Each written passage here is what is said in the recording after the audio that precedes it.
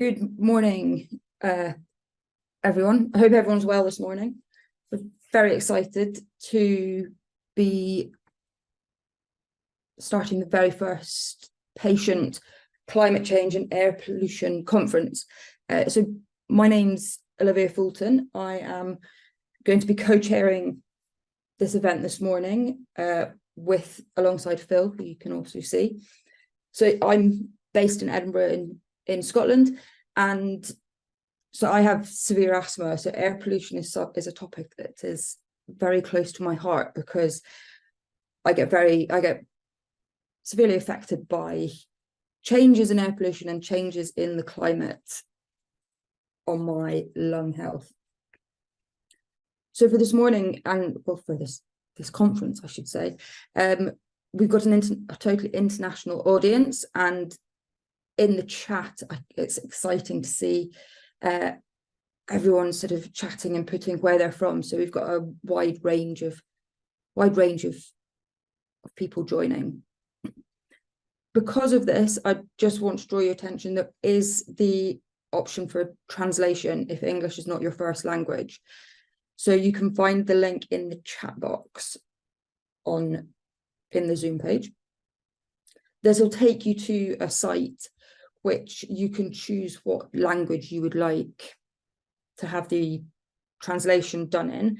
I must say, because it is done with artificial intelligence, it is not perfect, but it does its best. So we hope you understand that. This is the first time we've run a patient conference on climate change and air pollution. And because it is such a huge area to cover, this time we're going to be focusing on air pollution, both indoors and outdoors. And in the future, we're going to run more events focusing on other topics within the area. At this point, I'd like to hand over to my co-chair, Phil, who will introduce himself. Thanks, Olivia. Hello, everyone. I'm Phil, as Olivia said. I'm delighted to join you today, and I'm going to be chairing the afternoon session, but we're just kind of doing a bit of ping pong to kind of set the house rules at the start. So I've lived with asthma for more than 60 years, about 65 years ago, I think it was I was first diagnosed. I'm here because these days it's mostly triggered by air pollution.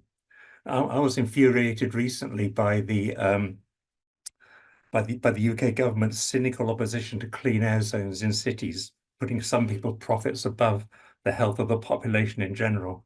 And I'd really just like to add to the to a public campaign to improve the air we breathe wherever we live, and want to encourage other people with lung conditions to do the same. So that's kind of why I'm here. And I've done stuff with the European Lung Foundation in the past as well, so I kind of got some connections. So we're here today to start our climate change and air pollution series.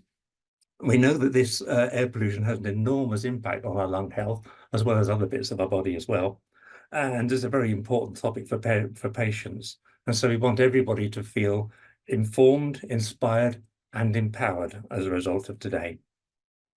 We're going to hold other events in this series where we'll focus on some more detailed look at some other topics in the area. And we'll be asking you for your input later in the day as to what those should be. We encourage you to engage and be interactive in the chat. You can say hi, tell us where you're from. A lot of people are doing that already, as Olivia's noted. If you've got any questions, please put these in the Q&A box, not the chat. There's a Q&A box next to the chat at the bottom of the screen. You can ask your questions anonymously, I'm told, by clicking on the box at the bottom of the Q&A window. And just for the record, there are no silly questions. Any question is a good one. There's a team of people who'll be answering as many questions as they can throughout the day. Please keep in mind, though, that we can't answer questions about anybody's personal circumstances. Please like any questions in the Q&A that you most want answered by using the thumbs up icon, which will log them for attention and may help to avoid duplication of questions to save us a bit of time. So now, in the spirit of the ping pong, I'd like to thank European Lung Foundation for hosting the conference today and briefly hand over to the previous chair, Kjeld Hansen, to welcome you. So thank you very much, both Phil and Olivia. So I'm delighted to be here as well. And it is an honor for me also to host it on behalf of ELF. So my name is Kjeld Hansen. I'm asthmatic, and I'm the former chair of the European Lung Foundation. I am a Danish citizen, but I live in Norway. So I've been living there for some years and enjoying the fresh air there. But I am equally concerned as my colleagues about the developments within climate change and air pollution, and I think it's about time that we discuss it further. The topic of today's patient conference is such an important one for us to be discussing right now. Around the globe, we are seeing the impact of climate change and air pollution, with around 6 million people dying a year from air pollution. I'm really looking forward to hearing from the experts and also from my fellow patients to understand more about how air pollution is impacting us. And importantly, also what we can do to help ourselves in our day-to-day life, as well as how we can become clean air advocates. I'm extremely pleased to see both in the registration field that there are around 330 people registered for today, but also to see all your comments in the chat. So a very warm welcome to everyone, and I hope you get a lot out of today's event.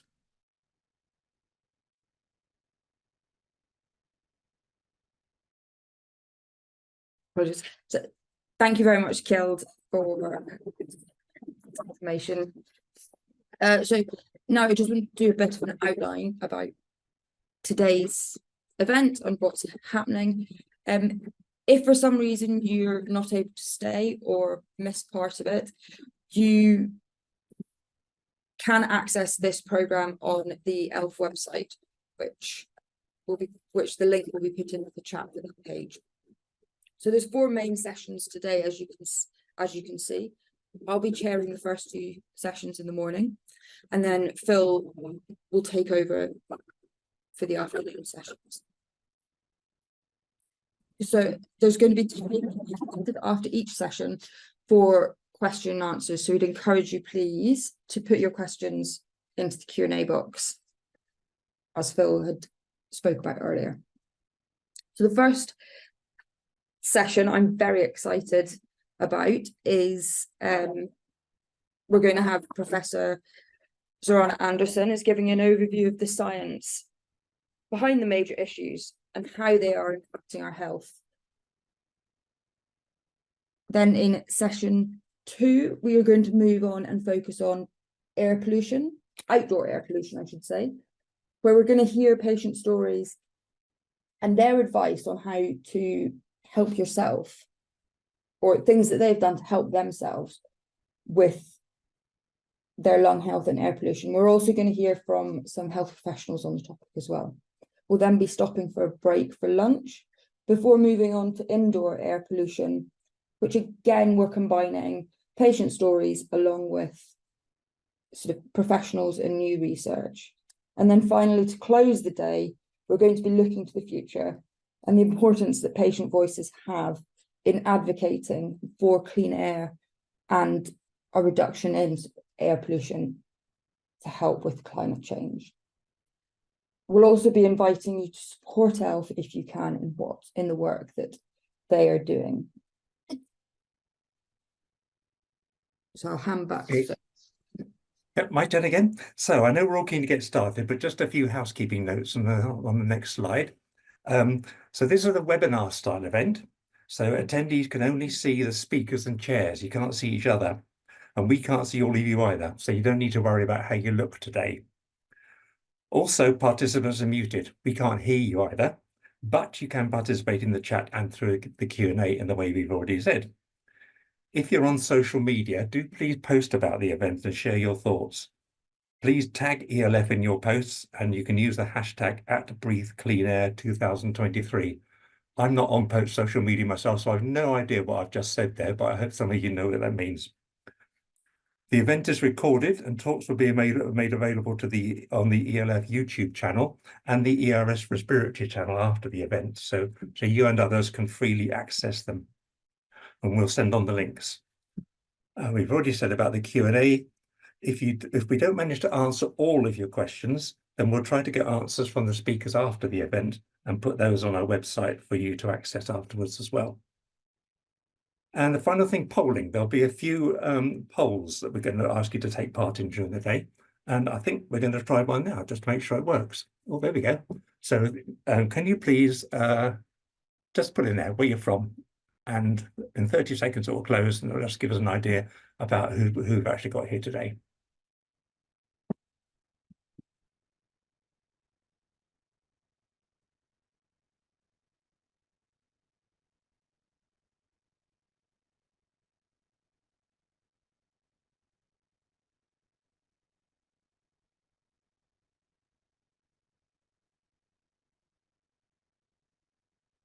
Has the poll been closed now? Has it been closed? Someone going to show us the result of them. Oh, there we go. So we've got 47% patients, 22% patient organisations, 18% healthcare professionals. That's good. And yeah, great.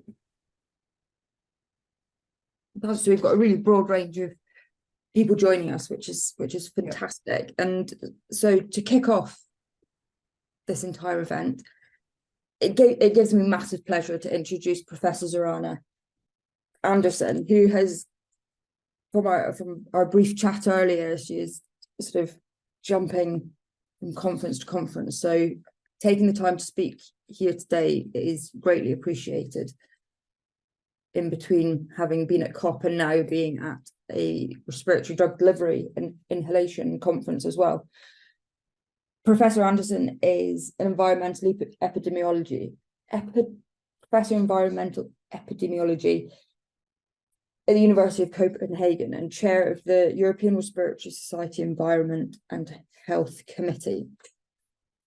Her main research areas include health effects of long-term exposures to air pollution, where she is leading on several projects. So I'm very excited to hear what Zorana has to say. Welcome.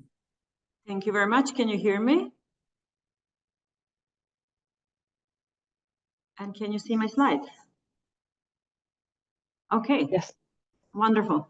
Thank you very much. It's a great pleasure to be here in our work with European Respiratory Society and European Lung Foundation, education of health practitioners and patients.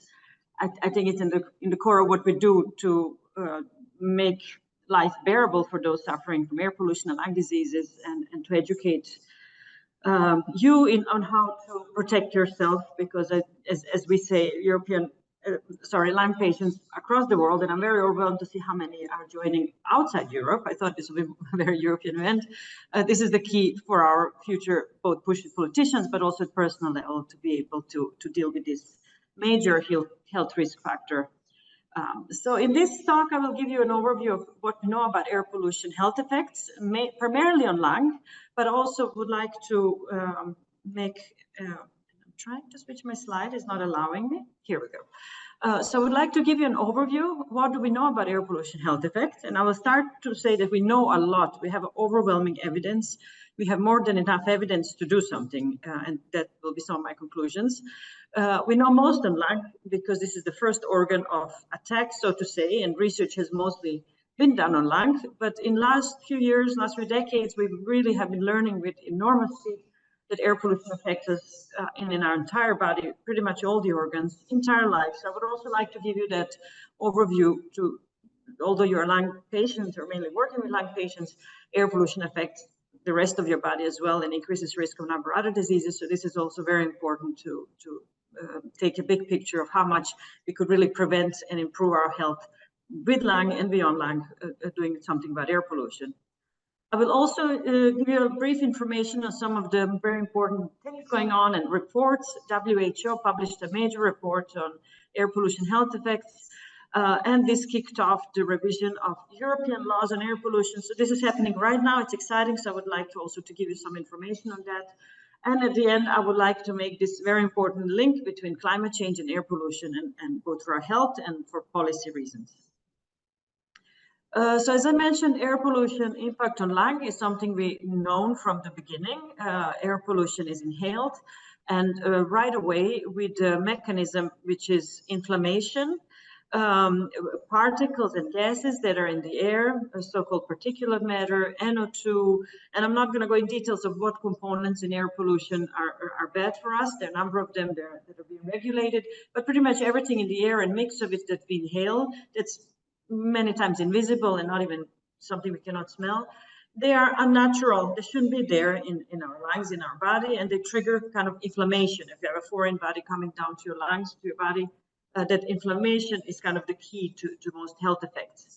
This happens, if you see here, the lung function kind of development from birth on, actually, even before birth, even while we are in mother's stomach, air pollution affects lung development. And we know that babies are already born with suboptimal lung function at birth if mothers are exposed to high levels of air pollution, and that leads through our lifetime. If you have high air pollution exposure in childhood, the lung function does not develop optimally, and you kind of have lower lung function than you should have. This continues through our lifetime if you continue to be exposed, and that directly increases risk of number of lung diseases such as asthma, COPD later in life, and other diseases, or milder or more severe types. We also know that air pollution affects our immune system. This constant low-grade inflammation, because we are exposed to air pollution all the time, we can take some breaks from it, maybe if we live in the lower areas or so on, but we get air pollution everywhere we are. So this low-grade inflammation and attack on our immune system also weakens our immune system to respond to more other threats such as viruses and bacteria. So we know that people who are exposed to high levels of air pollution have also higher risk for infectious diseases in the lungs, such as pneumonia and other lower respiratory infections, because immune systems are a little bit compromised and not so good to deal with these infections. So those are some of the big diseases that air pollution exposure during lifetime increases risk of. So we say air pollution is a risk factor for these diseases. Another very important aspect to air pollution effect on the lung is in the patients. And that's kind of the daily exposure to air pollution. Maybe you have exposure to a certain level where you live, but then in your commute, when you get on a highway, in your car, you're exposed to very high levels. If you get on a bike or walk or go to metro or bus stations, you get high exposure levels, peaks close to the busy roads, whether biking or walking or going down to metro stations or trains that still have a lot of cities, the old diesel metros and buses and so on. So then you can get this very high concentrations for a short period of time or a couple of hours if you work at a place with higher pollution.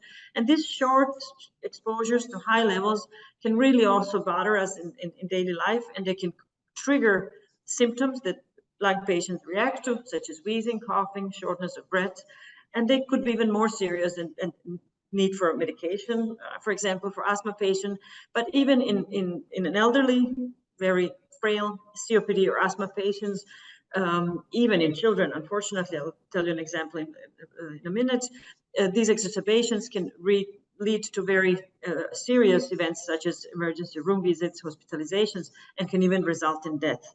So this is exactly how air pollution causes these lung-related deaths, by triggering events in somebody that has disease for many years. This rarely happens in a healthy person, luckily, but this is the mechanism.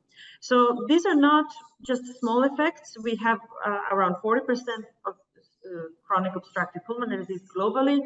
Mortality from COPD due to air pollution, although this is known as smoking disease primarily, large fraction is due to air pollution. Similar for infections in the lung, 30% are due to air pollution. So these are really very significant effects. About 16% of asthma cases in children are due to air pollution. And I want to remind you, for those that haven't heard, we had the very tragic case of a young girl, 9-year-old girl, who was suffering from very difficult asthma. She died of one of those exacerbations in the winter in 2013. She was living close to busy roads, and one of those exacerbations ended up fatally for her, and she died. This led to a very important court case for us, where the ruling accepted that this was due to air pollution, and mainly, which is really disturbing and shocking to us, the fact that City of London did not comply with air pollution levels. They were higher than what they should be due to European law. And also that there was no information to her mother during all her hospital visits. Many of them go to GPs and to different nurses and hospitals and emergency room. Nobody ever even mentioned or made a link that her asthma problems could be due to air pollution, which could have been actually something that could have saved her life if they did so. So this lack of information is a very important aspect here, and something we really would like to work with patients and healthcare professionals about air pollution and impact on lung. Beyond lung, some of the newest link that's also very concerning, air pollution and COVID-19. We have a number of studies now. We show that air pollution increases risk of contracting, being tested positive, so to say, contracting SARS-CoV-2 virus, and also being hospitalized or dying. So similar to pneumonia and other impacts of lung, we see this clearly with COVID-19. And this, of course, raises even more concern if we're going to experience more kind of these epidemics. It's clear that cleaner air would make us more resilient to these type of pandemics and other also this winter influenza epidemics and pneumonia epidemics that we see every year. We would be clearly more resilient to them if we had cleaner air to breathe. And then briefly, other systems, I would just like to give you a brief overview. Air pollution from our lungs, from alveoli, and I apologize for a busy slide. I just want to tell you that we know very much also into research on heart and beyond heart, that air pollution transfers from lung to our bloodstream to give us oxygen, but with this also comes very small particles, and they reach all our organs and impact our blood vessels. They come in our fat tissue and causing low-grade inflammation in fat tissue. And these mechanisms lead to increased risk of major cardiovascular diseases, such as ischemic heart disease, stroke, even heart failure and arrhythmias, that some of the newest research that shows that, as well as increased risk of diabetes.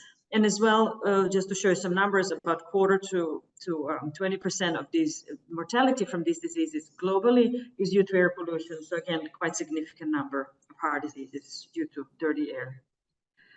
Similarly, cancer is also a very debilitating disease, and second cause of death after heart diseases worldwide. Europe is very concerned about cancer deaths, and recently has made this major effort in the Beating Cancer Plan, where they also made a point out that air pollution and environment probably is more important to cancer risk than what we previously known. This is also due to lack of research in environment and cancer and general environment and health. And they acknowledged, as well as European Environmental Agency in their report, that up to 10% of all cancers in Europe could be due to environment or mainly air pollution. So we know that lung cancer is linked to air pollution. We've known that since 2013, when European Research and Cancer Agency shown in the report that air pollution is carcinogenic. But now we also see a lot of research coming out of other types of cancer, such as breast, liver, stomach, some blood cancers. So these are serious, very prevalent cancers, and this is also a great concern. And the last area of research I want to mention is the impact on the brain.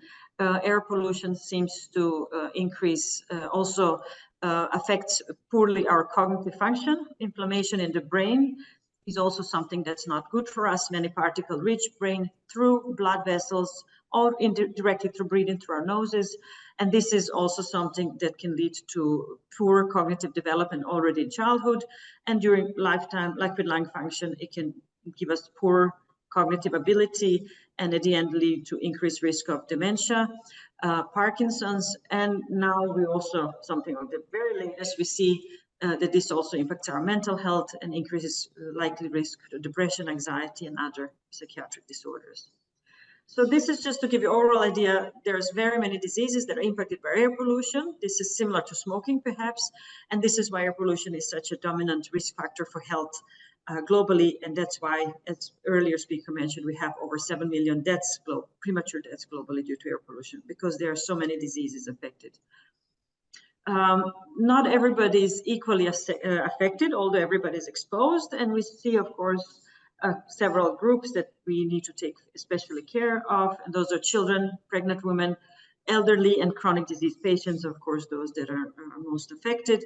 We also see big differences in Europe and globally. In Europe, we have much higher levels of air pollution and many more people health affected in Eastern Europe and Western.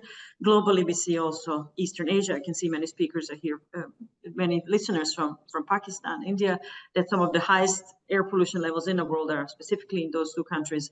So there is, of course, even more need to do in those countries that have much higher air pollution levels than what we see here in Western Europe.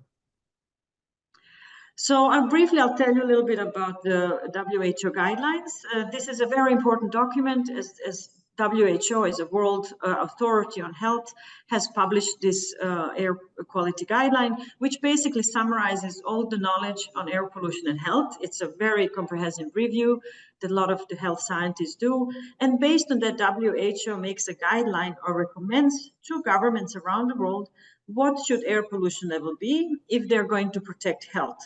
So the main message of these guidelines that were published in 2021 is that they have reduced that recommendation as compared to one they had in 2005. So from NO2, this is a gas coming mainly out of our cars.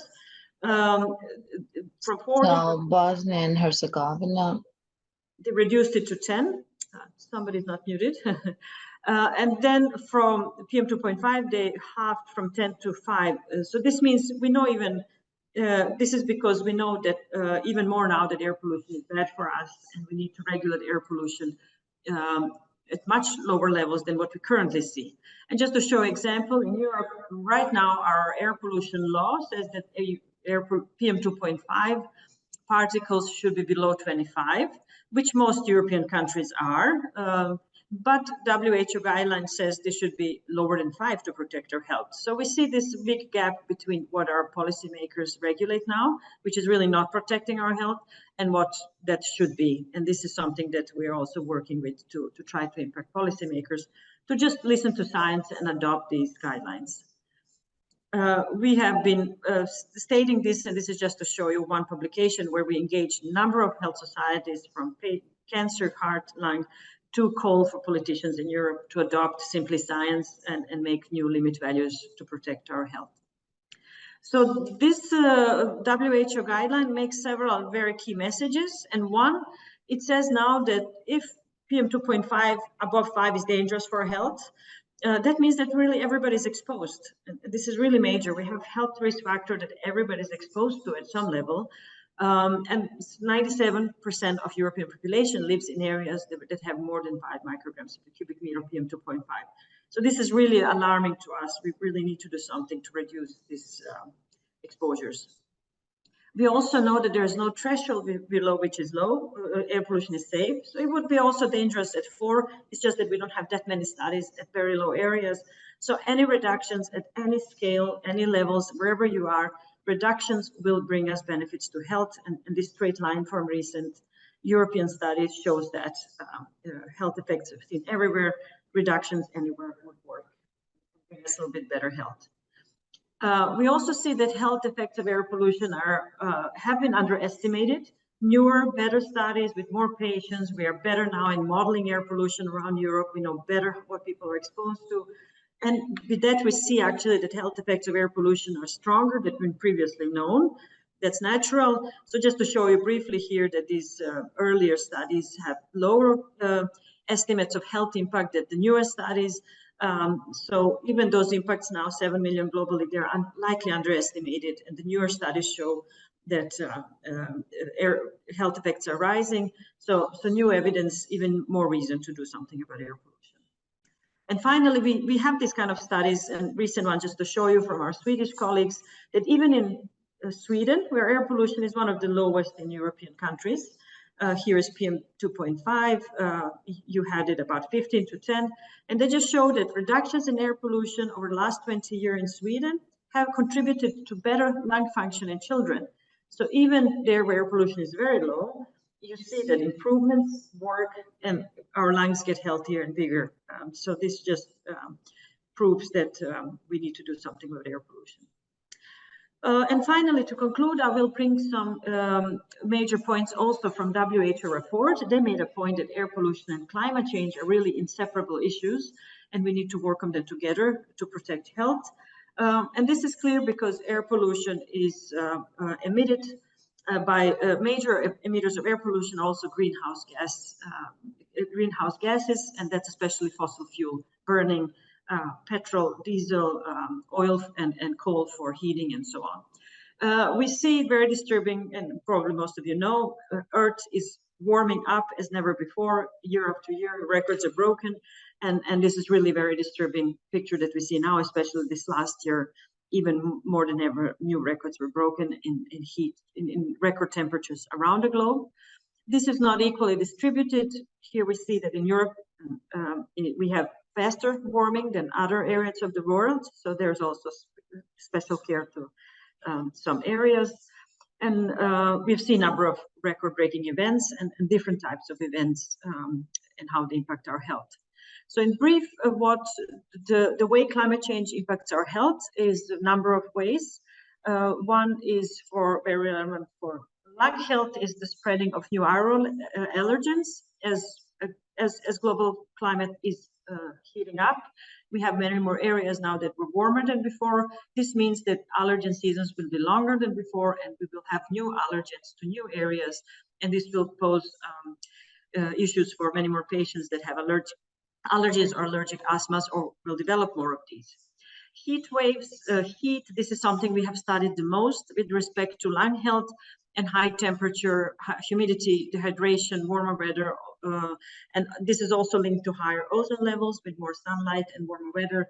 This will all impact lung health even more adversely, as these things have a bad impact on asthma patients.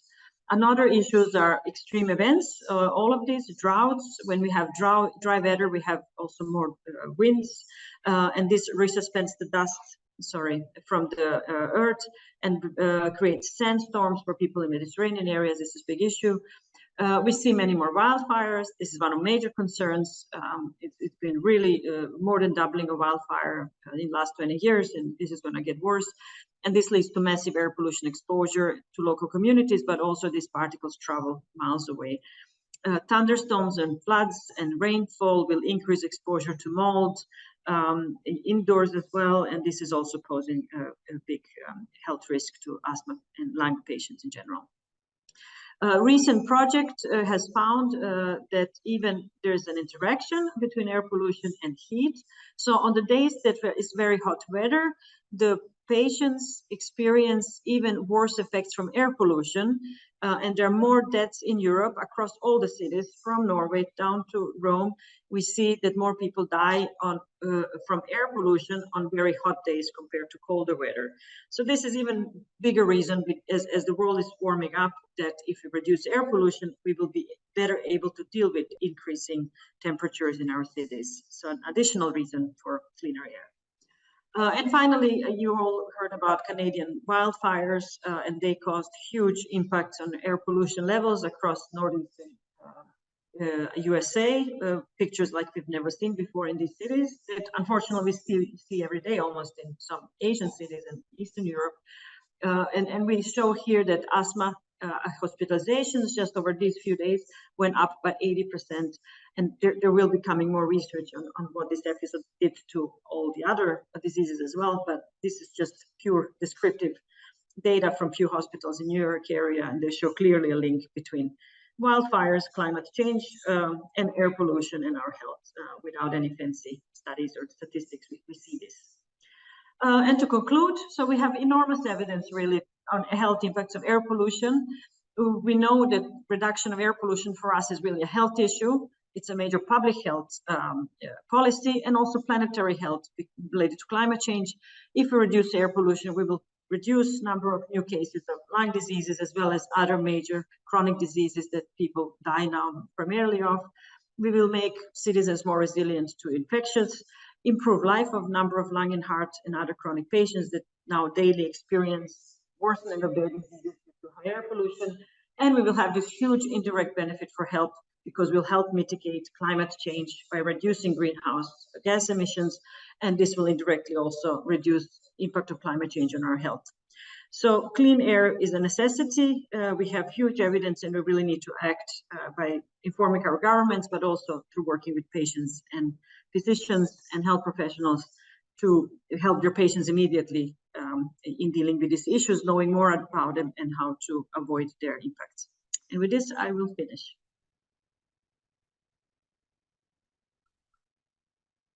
Thank you so much, Zorana. It was a really interesting and quite shocking presentation, some of the statistics that you were sharing with us there, and it makes you want to have action yesterday rather than having to wait for it. So we've had a few questions that have come through in the Q&A box, which I've had a couple of them here. I'll just read out for you. So we've got one that asks, does ozone at ground level impact asthma and COPD? And is this why air pollution impacts people more in dry weather? Presumably it impacts other mammals as well. So ozone is an irritant of the lung system. We know this well. So yes, ozone at ground level and likely interaction with heat, especially when we have the highest ozone levels, that's in summer. So this, of course, is also a concern. I did not mention it in my presentation for time, but this is, of course, an issue. And then we've also got, what guarantees do you have that the governments are correctly reporting? I think it's meant to say pollution, their pollution, and are pollution measurements standardized across the world? Very good question. Well, there is no guarantee, and we know for a fact that not all governments are happy to be very transparent about this, and this is a huge problem. We believe in Europe, we have European Environmental Agency that's trying to standardize this data across countries, both in East and West. But I know I'm personally from Serbia and do a lot of work in Eastern Europe. We know that countries in those regions still lack with transparency in reporting, lack of measurements, lack of good measurements. So this is of course the first step to get the right information, get governments to commit to inform on the right problem. And that's a first, of course, condition to do something about it, to accept the problem. And I'm sure we know it's even worse in countries in Africa and Southeast Asia, where some places you don't even have monitoring in place yet. So this is of course a very important step and something to work on.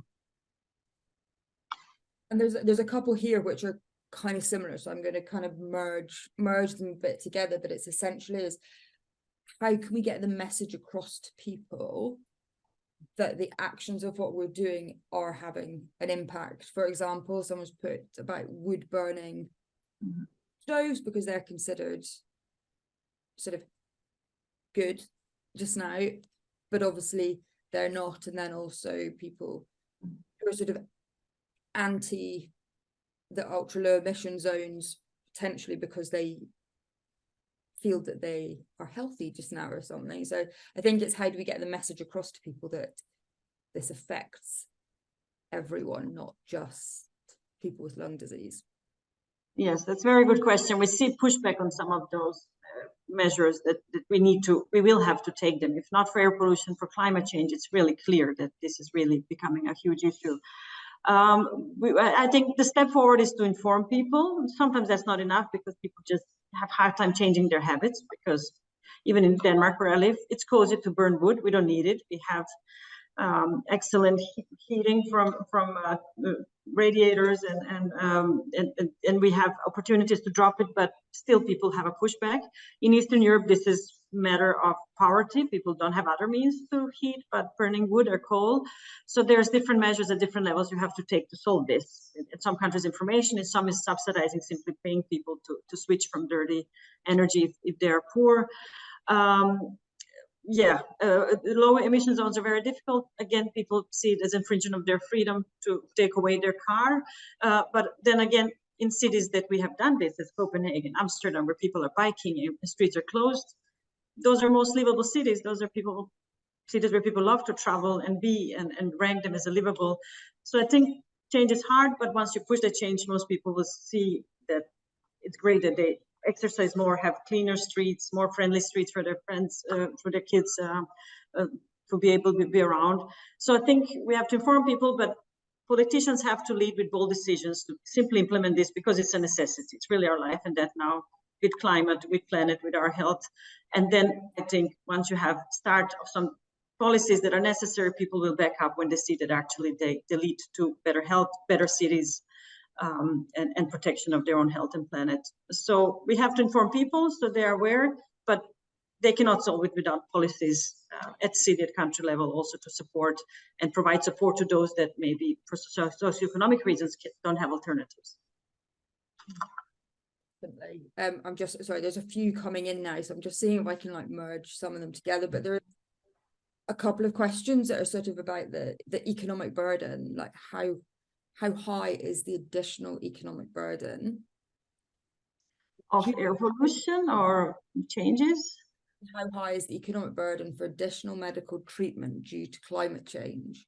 Oh, okay, yes. Well, so the main argument we bring, that main argument against cleaner air in Europe policies, is from poor Eastern European countries that say, well, we cannot afford to clean up the air. We cannot afford to change our industry now to greener. This would ruin our economies if we have to implement cleaner air changes. Completely opposite is the true, actually. We're already paying too high price. Well, our health, of course, to me is more important. But when you transfer that to euros, we clearly see that cost of healthcare system of all of these diseases and treatment and medication and sick days and kids' sick days in school, all of that cost our societies more than the cost of cleaning up. So we would, and we all need to save on healthcare. We're aging, there's multi-morbidity. So this is really common sense also if you talk economy. Maybe there's not so much knowledge about it. So we try to turn this around, say there's a cost of inaction. It's too big already and it's unacceptable. We need to, so anyway, you turn around, actually all the evidence is really, really very clear and no-brainer. There's no economic excuses and there's no excuses for our health. So we hope that soon we'll see. Well, EU is now revising its air pollution law. And literally this is happening now, next few months until next elections. We are hoping EU will pass this very important law, and that will push very soon some changes that are necessary. So I'm very optimistic, and that will also trickle down to the cities and citizens for sure if EU passes and leads on this. So we're hopeful, and that they can trickle to other areas of the world if we have such a signal from EU. Definitely, and actually that's answered some of the other questions about the legislation coming through, but it is an exciting time to hopefully that. So I know like Scotland, the UK, and obviously Europe are all trying to push through these. Yes, Switzerland is also, I hear they're actually going in even more stricter than EU, which is really exciting. The US is also revising theirs, and yes, so I'm optimistic that we'll see some necessary changes soon. And I think probably got time for just this last one because I think it's quite a key one. So obviously it's a very respiratory heavy conference because it is a European Lung Foundation conference, but it's asking how can we engage health professionals outside of Europe outside of respiratory to discuss air pollution with their patients. I'm pregnant and no one has ever mentioned air pollution to me. Well, this is really in the heart of what we do at ERS and ELF, and that's education of healthcare professionals. We want to put this in medical curriculums, but of course, many clinicians now, when they were educated, we see that a lot of medical schools around the world don't talk about air pollution. Prevention is understudied, underfunded everywhere. We're focused on treatment and what do we do with patients. So we are working through our medical societies, through our own conference. ERS has a huge conference, and through these types of workshops and lectures to inform. That's why I'm here to this conference tomorrow to talk to respiratory physicians. So we have to educate them, we have to keep them up to date. This is a new area. There's a lot of knowledge coming out very fast. Climate change is a new area. So it's our job to keep them up to date, educate them. Through WHO, we're also working on clinical guidelines for physicians, how to ask patients, as you ask if you smoke or how much you drink. Do you have wood burning at home? Do you live close to busy roads? These are not very difficult things to ask, but just to equip them to a little bit more comfortable to talk to their patients. But also if you educate patients, they can take up this with their physicians. So And we hope we need to do better work on this. As little Ella's case, it's really shocking that somebody in 2013 still didn't know in London about asthma and air pollution link. That's just not acceptable. That must not happen again. No, thank you so much for that. I think there is a lot of questions still in the Q&A. So, but Try to answer some of them. if your question hasn't been answered, we'll make sure it's answered with a written question. But I'd just like to thank you so much for that presentation and answering the questions that you have. It's really fantastic that you've been able to join us. Thank you. So brilliant first presentation. I know Catherine is going to open a poll just now, just to ask people's experience of air pollution. So if the audience, Catherine will start the poll, and if the audience would like to answer that, that'd be fantastic.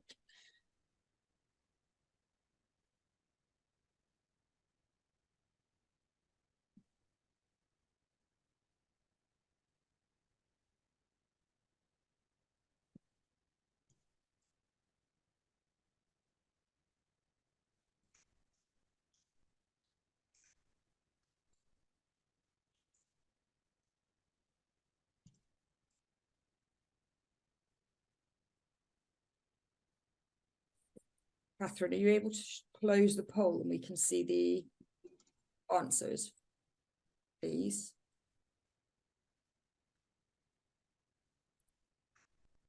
Oh, there we go. So that in itself is really shocking, that everyone, essentially almost everyone, has an impact on their lung health, and it's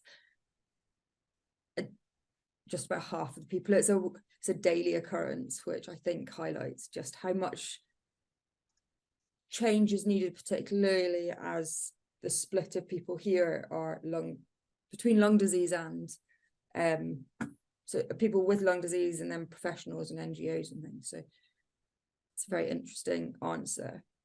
So thank you for answering all of them. So we'll move into session 2 now, where we're going to be focusing on outdoor air pollution, how it impacts us. And we have speakers for this. Our first speaker is a friend of mine, and someone I work very closely, who is patient expert in the field of severe asthma and has a really keen interest in the role that our environment has on our health. So I'd like to introduce Dominique Hammerling, please. Hi, good morning, everyone. As you can hear, this is not one of my better days. So it already shows the effect of air quality and air pollution on my daily life. As Olivia has already said, I am a patient expert with severe asthma that's very hyper-responsive to air quality. And for me, air quality is not something theoretical. It is the key, what I'm able to do from day to day, hour to hour. The air quality limits me severely. It dominates my life. I now only have a few good days every year, even at the maximum of my medication. It has taken me a long time to understand what was happening, as we have just heard from Professor Anderson and other people in the chat. It is not something that is talked about by our healthcare professionals very often, and I feel they don't know much about it either. What I'm going to talk, it took me a very long time to understand what was happening to me. And over the years, I sort of started doing a lot of research, trying to figure out and understand how it works. As a child, I had hay fever. We didn't do anything about it. It was just what was happening every summer. There was no real information available. And we knew when it was hay season. By the time I was 12, I preferred being inside reading a book instead of playing outside. I had no idea why. But looking back, I now realize I was already breathless. During puberty, my body reacted by having around 6 to 8 infections in my lungs every year. I was in my 20s before I was diagnosed with asthma. At that time, I had no idea what this meant. There was no internet. You could not look things up. It was just a diagnosis, which meant that I had to take medication. My asthma became gradually worse. And I had no idea why and no idea what triggered these exacerbations. I was more aware of the effect of pollen because of my hay fever, and I was tested several times in the hospital on all types of pollen and other allergens. It looks like a bit of a sideline talking about pollen, but we will get back to air quality, don't worry. In 1969, Dutch hospitals started measuring air pollen in the outdoor air. Two hospitals did this, measuring at 23 meters above ground level. The selection of pollen measured is based on how many people react to the specific pollen. This means that only a selection of pollen are communicated in the pollen calendars. They are expanding the pollen types that are reported as more people react to other pollen than the standard ones. There is at least a week between the measurement of the pollen levels and the reporting. First, they need to look at and determine the types of pollen and the level. On average, I was ill 2 to 3 weeks before the pollen count was published. We found out that by measuring the pollen at nose level, the level of pollen are higher, and you find other pollen as well. But why are these pollen important? Because air quality has an impact on how severe you react to the pollen. Pollen and other particles in the air react to each other, which creates a bigger negative effect on your health. I am now, as I've already said, severely hindered in my daily life by my asthma. But I still did not know why. The pollen had an effect, but it wasn't clear why I was so breathless so often and had so many exacerbations. And I didn't know where to look for explanations. Nobody ever mentioned air quality as a possible trigger. And as I become more active as a patient expert, I heard the same story from other patients. We knew it had something to do with the weather and the direction of the wind and all sorts of other things.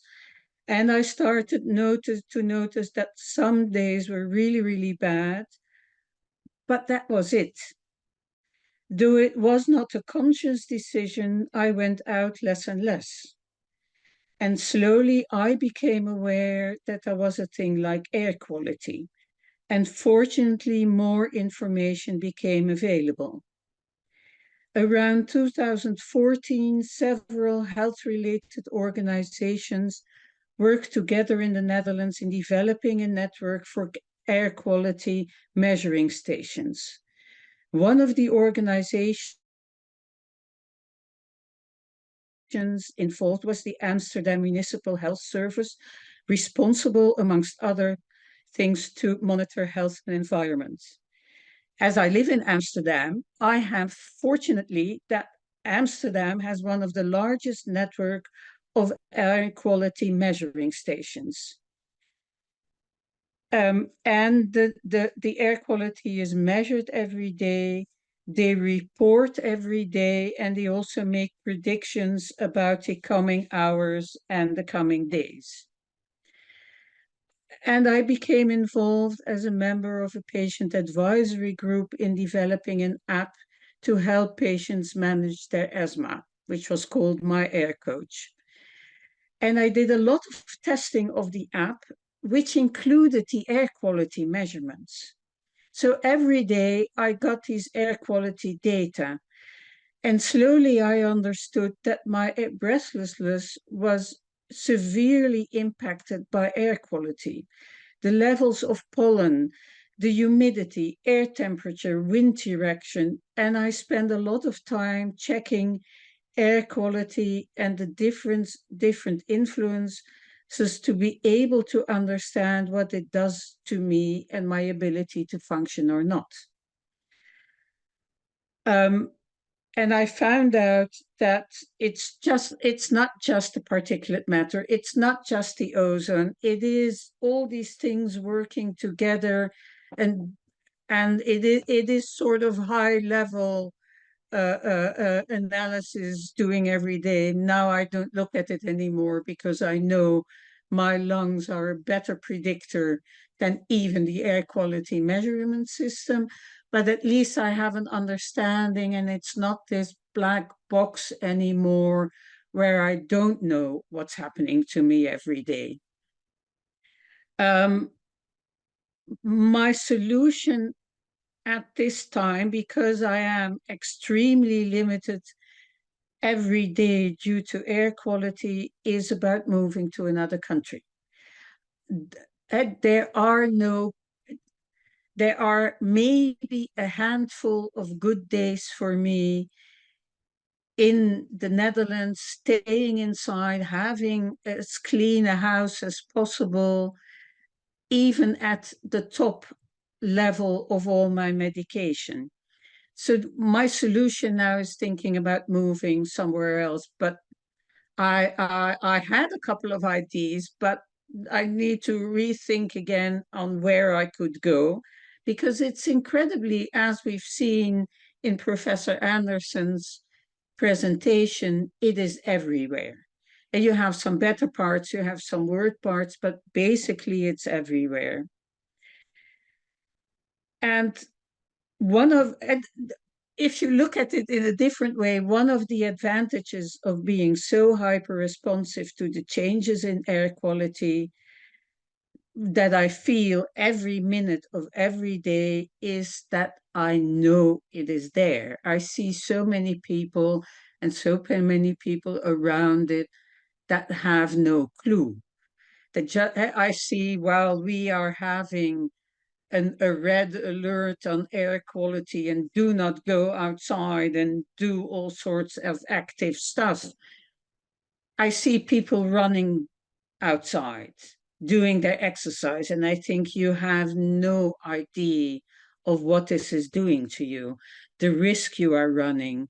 And this is so important that we need to make people more aware, and not just people with lung diseases, but people, basically everybody needs to be aware of what air quality does to you and how a big impact it has on the short term, but also on the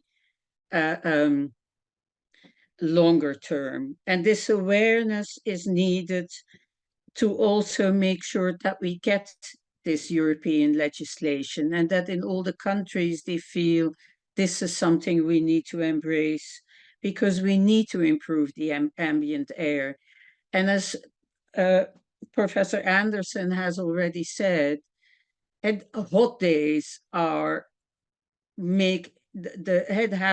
climate change has when the weather is hotter, the air quality is worse. But what people forget that, by example, when it's freezing and everybody looks at this wonderful clear blue sky, they all say, "Oh, Dominique, now you can breathe safely." That quite often because of something which is called inversion weather, which is the layer of air above the air we're breathing has a different temperature. So all the pollutants are gathered in the air we breathe. So there is no simple solution. There is no simple I'll look outside and I'll see it. Except in a lot of countries like India and other places when it's really, really, really bad. But we need to create this awareness for everyone. And that's my story with air pollution and air quality. And thank you for your attention. Thank you so much, Dominique, for that, and hearing your experience, which I'm sure many people can relate to exactly as well. So next, we're going to move on to hear from Vildana Wojciech, who's, I find Vildana a bit of an inspiration, really, because I've worked with her in some severe asthma stuff, and she has sort of galvanized her entire country into sort of being more aware about sort of severe asthma and things.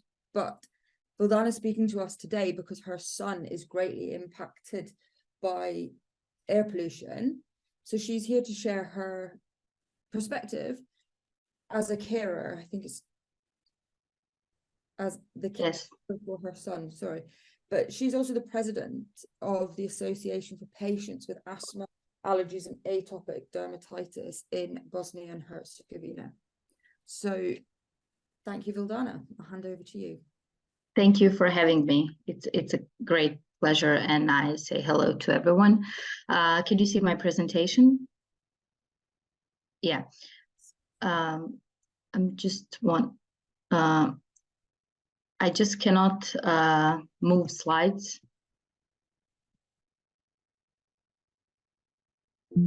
Okay, now it's okay. Well, hello, my name is Vildana Mujkic, and I come from Sarajevo, the most polluted city in the world, unfortunately, and I'm the president of AAA Association that is dealing with improving lives of patients with asthma, allergies, and atopic dermatitis. Today, I'm going to talk about situation in Bosnia and Herzegovina, as well as showing you my personal short perspective about air pollution and living with asthma. So, as an introduction, I would like to show you the short video coverage from Euronews, just to be introduced about the situation. Bosnia's capital, Sarajevo, has earned the dubious title of the most polluted city in the world, according to figures from air quality technology firm IQ Air. On Sunday, the level of pollution in the city was over 17 times higher than the World Health Organization's annual guideline. Authorities instructed residents to wear masks outdoors, use air purifiers in homes, and close windows. This Sarajevo official said that in a few days they will be meeting with big European cities that are facing similar problems, and to discuss a short-term action plan for situations of excessive air pollution.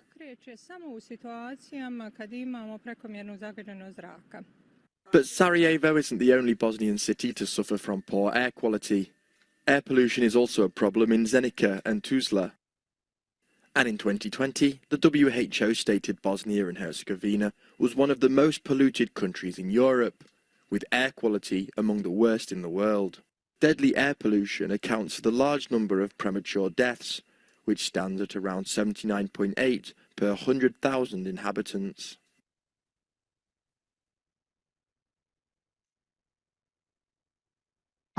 Just getting back to my slides.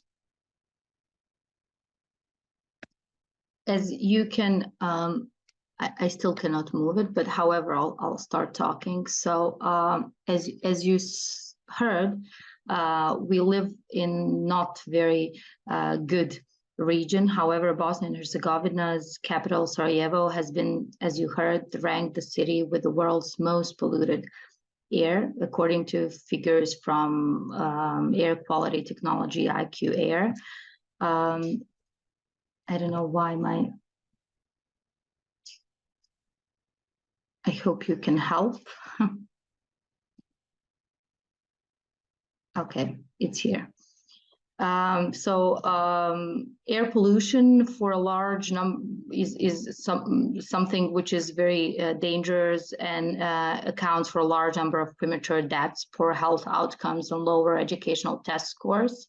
According to numerous studies, but not studies conducted in Bosnia and Herzegovina, because we don't have national registers nor some kind of databases that can prove this. Public health institutes in the country currently do not collect these kind of data, and they give us sporadically information about the situation, how it is. So there are no official national data to support or deny these findings. Something for you to know, Sarajevo is situated in a deep valley surrounded by high mountains, Olympic mountains. So historically, it suffered from high concentration of fog, smog, dust, etc. But in last 10 years, situation became really bad because of the big buildings, that block airflow, no ventilation corridor at all.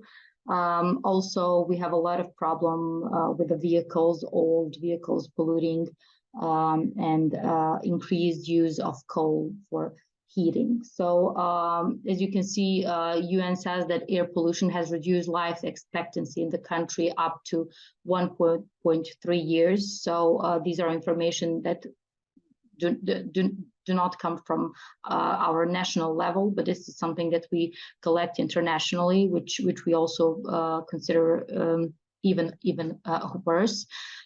So according to WHO, Bosnia and Herzegovina has the highest European mortality rate attributed to air pollution. So when you have a patient who has asthma and triggers not only allergens or having just chronic asthma or air pollution, but also emotional triggers, like knowing that you live in a city or country where you can die from air pollution, it becomes worse. After this introductory part, where I just wanted to share how bad it is, I wanted to share the photo of my son. This photo is taken 3 years ago. Him with the mask inside a house. This was the value. And in the middle, you can see the bowl, which is his biggest love. So my son has asthma, and he's on a topical inhaling corticosteroids for 13 years when everything is okay, when we are under control, and still he is in national soccer team. So he loves to play, and our organization also promotes sport as a value, and we just want to get rid of the stigma that people or children with asthma cannot be in sports. So as a parent, I am and my husband in situation to forbid my son to go and play, because we have outdoor activity. This is outdoor activity, and of course that influence the family, the emotions, and it influence, every part of your life. You come to the situation where you can say to your child, okay, you have asthma, we can deal with it.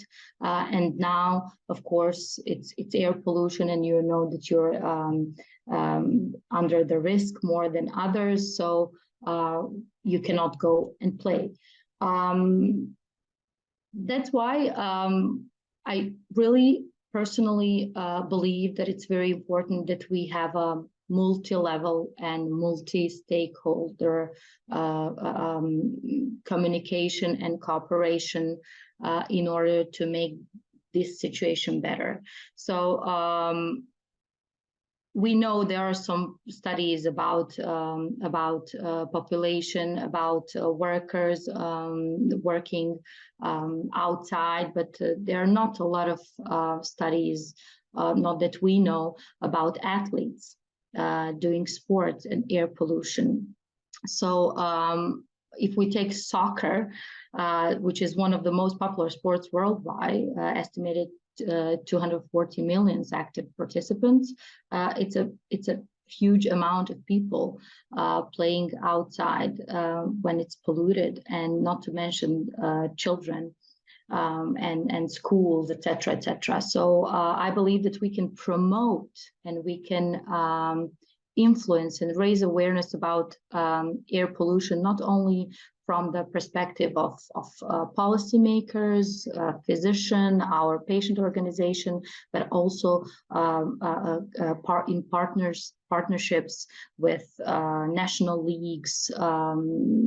I'm talking about soccer right now because this is my personal story, but also there are other sports that also goes through similar situation. So that's why I wanted to share a great initiative that just started 2 years ago, that UEFA started with the tagline "Cleaner Air, Better Game." Air pollution is a threat to your health and to your game. Hopefully that we can all get together in one mission to start not only thinking, but to start acting and doing things. We have situation in Bosnia and Herzegovina where we just get the information about the pollution, but nothing, but there is no action, and that is very frustrating. These kind of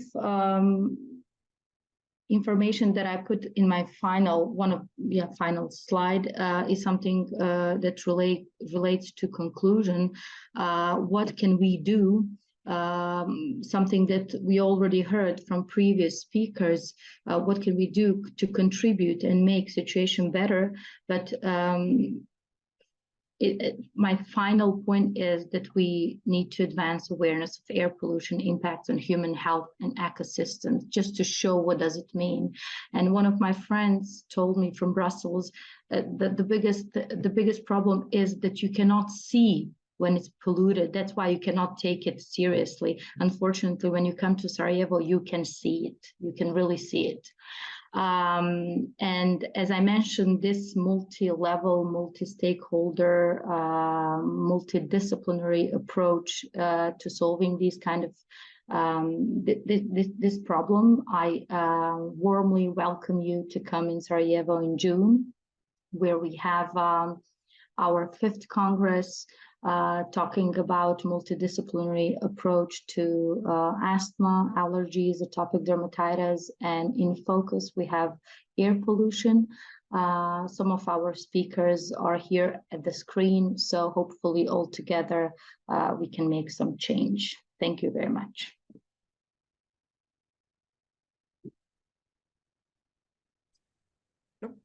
Thank you so much, Vildana. That was really insightful, and I have taken a note of June the 7th to the 9th for future.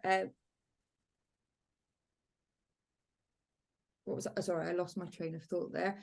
I hope you'll be able to stay for some question and answers. Of course. At the end of this session. I'd like to introduce our 3rd speaker, who's joining us from Poland. It's Artur Badida. He's a researcher from the University of Technology in Warsaw.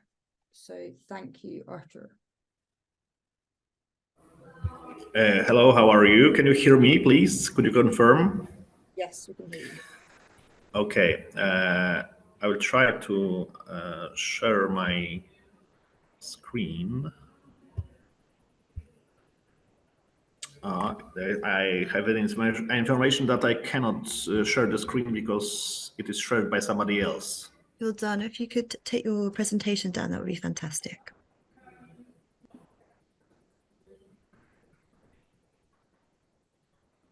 Okay.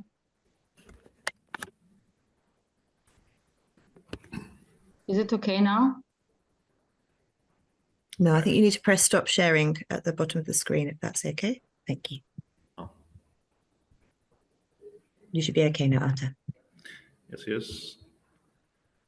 One moment.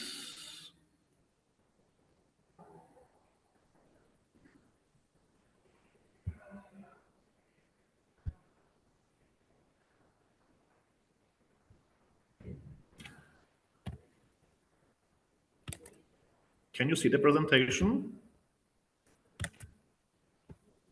Yes. Yes? Okay, so at the beginning, I would have to say that just after the presentation, I will have to leave, yes, because I'm now at the session of the Warsaw City Council, where there is a really warm discussion about low emission zones. So it's just about this topic. So I'm sorry for this, that I will not be able to stay longer, yes.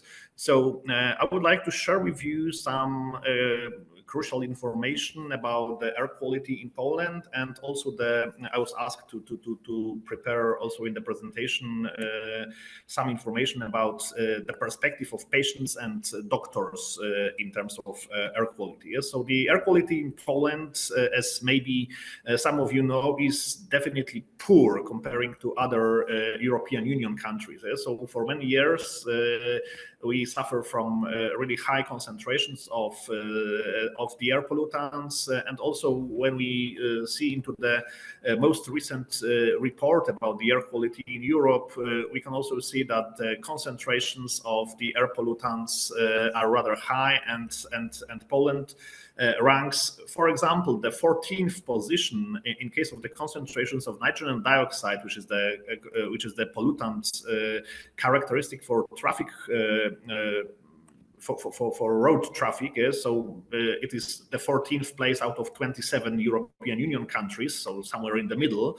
But I have to mention that in the previous year it was the 19th position. So actually it means that the concentrations, that the position in the concentrations in Poland increased. Yes, we have the 9th position in the concentrations of ozone, and unfortunately, really the first position, so the first and the second in case of PM2.5 and PM10, and definitely the first position in the first rank in case of concentrations of benzopyrene, which is one of the harmful pollutants, one of the polycyclic aromatic hydrocarbon, a carcinogenous substance.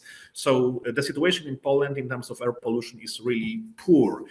Here we can see the information about these ranks of different, not only European Union, but also some other European countries. So we can see that Poland is out of all the European Union countries at the first position in terms of the concentrations of PM2.5. There are some other European countries where the concentrations are higher.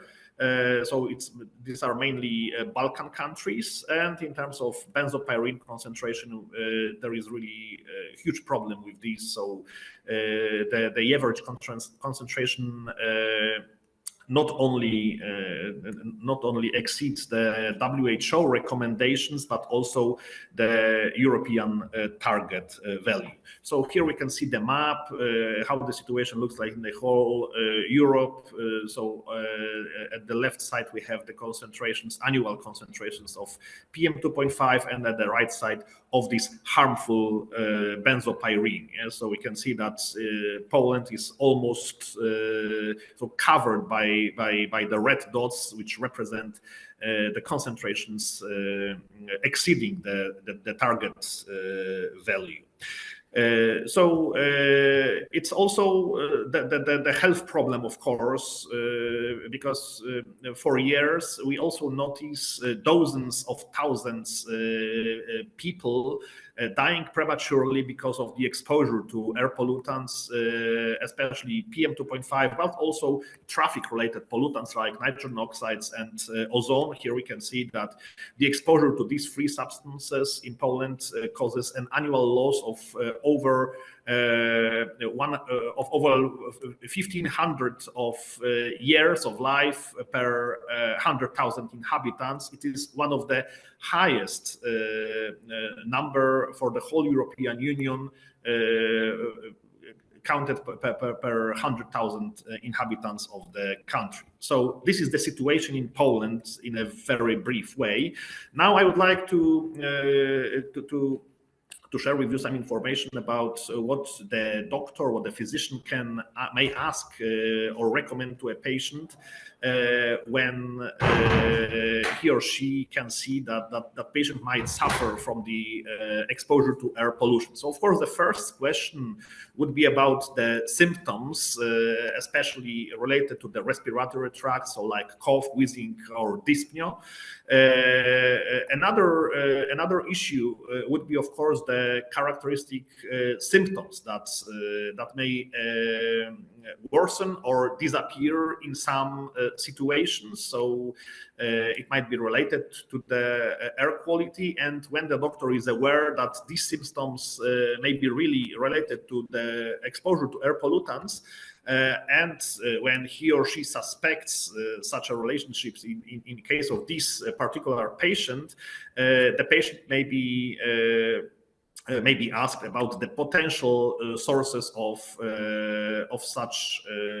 Oh, I'm sorry, there is something wrong. So the potential sources of such a health condition. Yes. So actually, what I would like to say is also what kind of these sources of air pollution might be crucial when these health symptoms appear. Yes, so we have.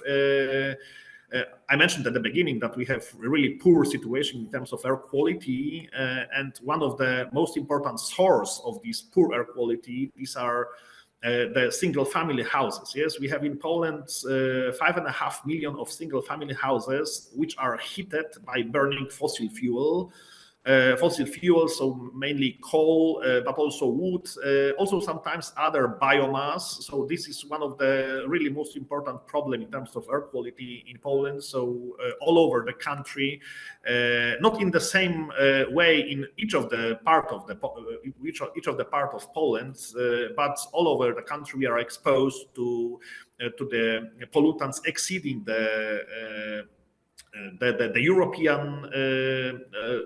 European Union requirements, but also, of course, the WHO recommendation, which are exceeded in the whole country.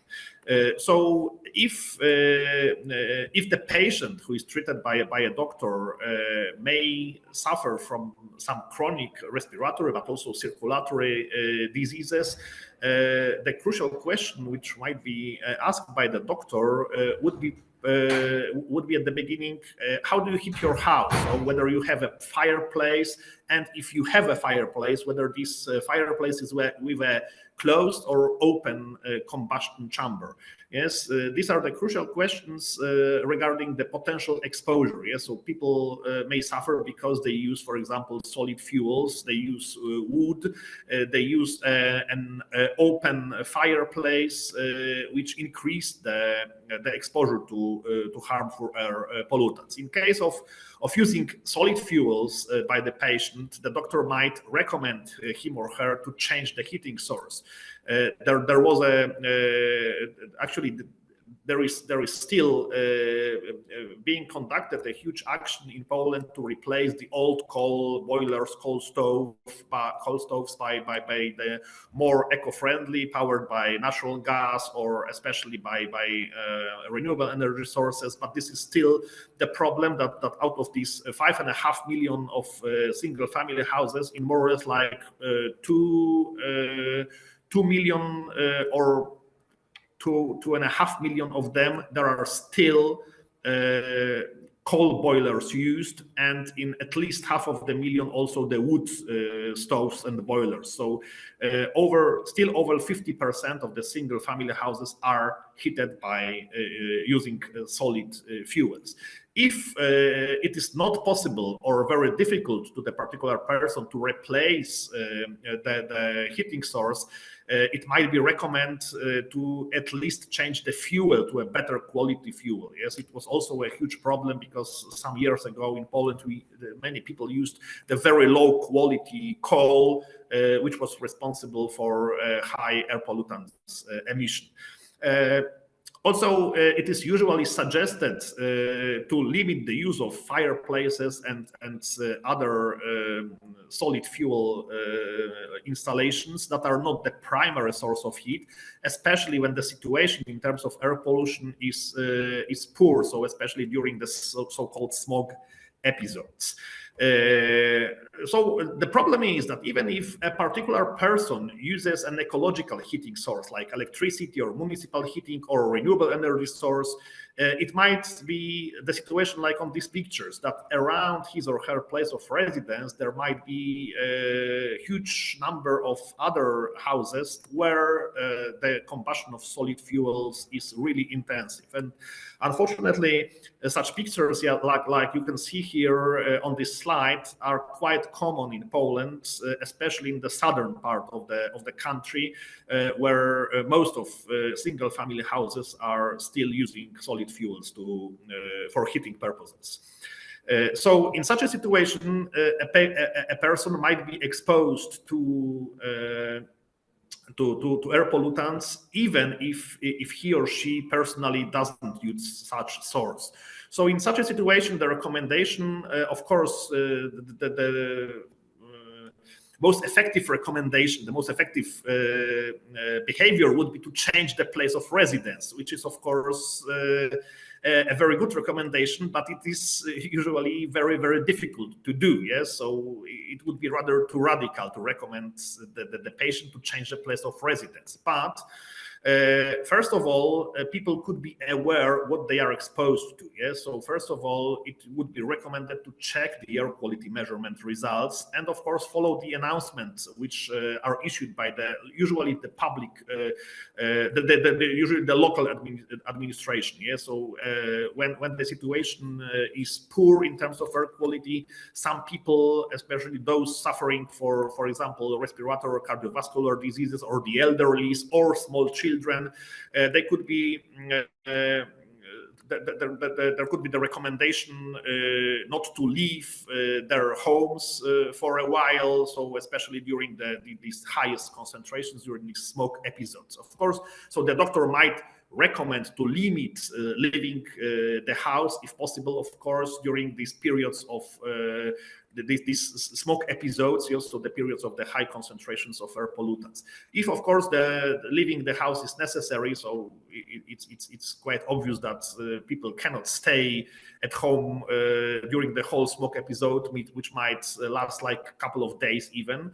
The doctor might recommend to use the appropriate mask. So usually, even before the pandemic, it was quite common to use the mask with the HEPA filter, and that what we very, very well know from the pandemic, the FFP2 or FFP3 masks, which are also a good which are also effective to decrease the exposure to air pollutants during the smoke episodes.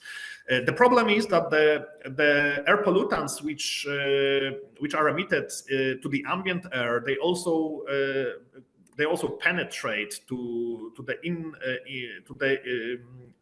the indoor areas. So, of course, we can also have some specific indoor emission sources, like, for example, the coal boilers or fireplaces that I already mentioned, but also furnitures, carpets, walls, especially the new ones. So if such a situation is that inside our home the situation in air quality is also poor, the use of air purifier might be recommended. So this is something what of course will improve the air quality and decrease the exposure. So in case of people suffering from chronic disease, it might also decrease the frequency of their symptoms. These are actually the short-term recommendations. Yes, in the medium term, it might be recommended to change the place of stay. So not the place of residence for the whole life, but the place of stay, even for a week or two, to visit the location with the better air quality. Of course, in the long term period, only the elimination of the sources of emission would be effective. So at the end, I would like also to mention what the patient can ask a doctor about the problem of air pollution. So especially people, so I asked my colleagues who are physicians to share with me the information what patients ask there. So especially these two questions appear. So whether my symptoms can be related to air pollution, and if yes, of course,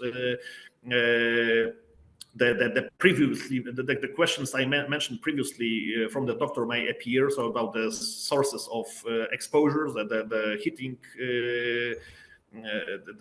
the heating installation, the exposure to, for example, the air pollutants arising from fireplaces and so on. If not, of course, further diagnostics should be implemented. And the second question, which is quite common, is what the diseases may be caused by air pollution. What kind of diseases might be caused by air pollution, and especially patients ask about this in the context of the state of health of their family members. From the experience of my colleagues, the pulmonologists, allergologists, approximately 20% of the patients they seek confirmation of the relationship between the air quality and their state of health. Of course, for the remaining 80%, this is the role of the doctor to identify the patients for whom such a relationship may exist. So for people that might be exposed to air pollutants and that may suffer because they breathe the polluted air. So thank you very much for your attention. And as I mentioned, unfortunately, I will have to leave in a moment to continue the other meeting. No problem at all. Thank you very much for taking the time to us. Our next speaker and our final speaker Thank you. for this morning is Jonathan Grigg, apologies, who's a leading pediatrician in the UK on the effects of air pollution. Apologies, Jonathan, for the slight delay in making you wait. We were running slightly late, but I'd like to welcome you now. Thank you very much. I'll just get my slides. Yes, can you see those slides? Yes, we can. Yeah, great. Okay. Hello, everyone. Good morning. From a very sunny place in Munich, just outside Munich, where I spend some of my time between London and Munich.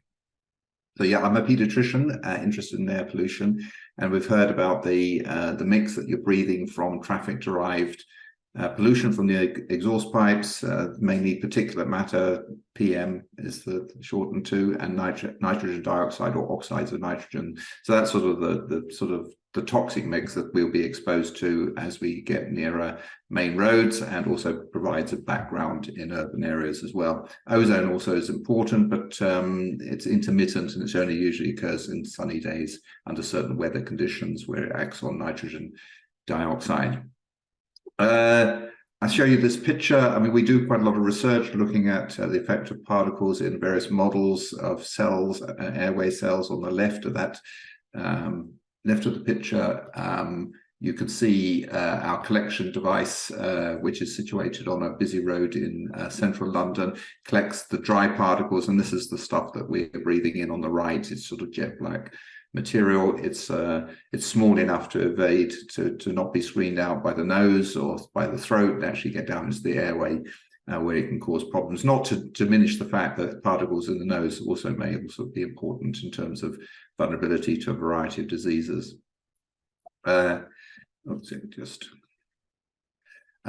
Traditionally, we think of the particles as sort of little spheres.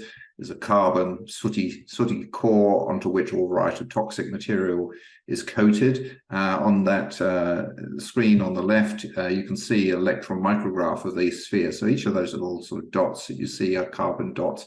They're incredibly small individually, around about 10 nanometers, but they actually form sort of aggregates. They stick together, but even those aggregates are small enough to get through into the lower airway. In other words, they're usually smaller than 10 microns in aerodynamic diameter, and that's how we tend to classify particles as terms of PM10. That's particles less than 10 microns in diameter, and it's expressed as micrograms per meter cubed of air. But that's not actually quite true, that these are spheres. This is some more recent imaging that we've done of those particles that you saw being collected on Marylebone High Street. And you can see, if you can see easily, that the surface is extremely irregular, rigid. It's sort of a bit like a mountain range. And these very sharp peaks, we think, are quite important in the ability of those particles to stick in the lower airway, to get into cells, and to cause their damage, as well as the fact that there are more edges, and these edges cause something called oxidative stress. So you have a greater surface area of the particles to cause problems. And it's not just traffic-derived particles, and this is some similar imaging. It's a little bit difficult to see, but if you look at the edge, this is the volcanic ash from the La Palma volcano. This is still PM10, but natural PM10, if you like, and we see the same structure. So we shouldn't forget that a component of dust, natural dust, may actually be able to be inhaled into the airway. Most dusts are above 10 microns in aerodynamic diameter, but a component will get down into the airway. And this is really important, obviously, when we're thinking about climate change and more soil being moved up into the atmosphere. We can see our exposure. We heard from previous talks it's invisible. In certain cities, it's not invisible. It's very visible, but certainly in London, you can't really see it. And this is sort of techniques we can use to make the invisible visible. Here's one looking at the amount of sooty particles that you are exposed to, a child is exposed to, and you see what you'd expect, typical peaks when the child is outside playing in the school or journeying home. But there was also a peak during cooking, and that reminds us that indoor air pollution is something that we shouldn't lose sight of. We can also see the invisible if we get the cells from the lower airway, and the way we can do this is just breathe a salty mist, encouraging people, in this case children, to cough up these cells that are normally just coming up in the airways and normally are swallowed. And you encourage them to be coughed up, and so we can look at them, and we see that these cells, and these are called macrophages, these are the things that are meant to clear particles, and we can see the amount of sort of accumulation of these particles, sooty particles, in those cells. In fact, we've seen a relationship between the amount of soot that we see in the cells and lung function. So children with high levels of soot have lower levels of lung function, even if they're otherwise healthy. And that fits in with the data that shows that lung growth is stunted, if you like, in areas of higher pollution. And just to say, we've used recently the same technique to hunt for particles in the actual body, and there's one organ that sits around in the body for some time and then is expelled. That's the placenta. We've looked at these cells, these placental macrophages, and we do see little dots of soot in those, and we know that's soot from other electron microscopy and very sophisticated techniques. So when we're taking a single breath, a component of those tiny particles are not only residing in your lung, but moving across into the bloodstream and impacting on other organs. And that may be the explanation why we see not only effects on the lung, but effects in distant organs, the cardiovascular system, perhaps the brain, and other organs. If you're interested in just a summary of the health effects, we summarized that back in 2016, and this is available as a PDF. It's Every Breath We Take. It's the Royal College's review of health effects of air pollution. And this is a sort of infographic where we see, just summarize that we see effects obviously in the developing fetus. And we see then as children age, we have things such as more wheezing, more cough, the development of asthma, and the start of the things that we see in adulthood related to the cardiovascular system. And this has sort of summarized some of the sort of data, very, very convincing data related to the causing of asthma. And this is a Lancet Planetary Health Review, estimating globally about 4 million cases, new onset cases globally in children, attributable to exposure to traffic-related air pollution. So a huge burden of disease, perhaps an iceberg, and when we think about other conditions as well. And just to say that we shouldn't forget about indoor-generated pollutants, including particles, as you saw from that trace. And we did a more recent review about that from the Royal College of Pediatric Child Health, the Insight story, and that's also available as a PDF. I should just highlight, in terms of climate change, we're going to see more infection and various new infections. We've been focusing on the relationship between particles and this pneumococcal infection. This is the pneumococcus here. You can see that.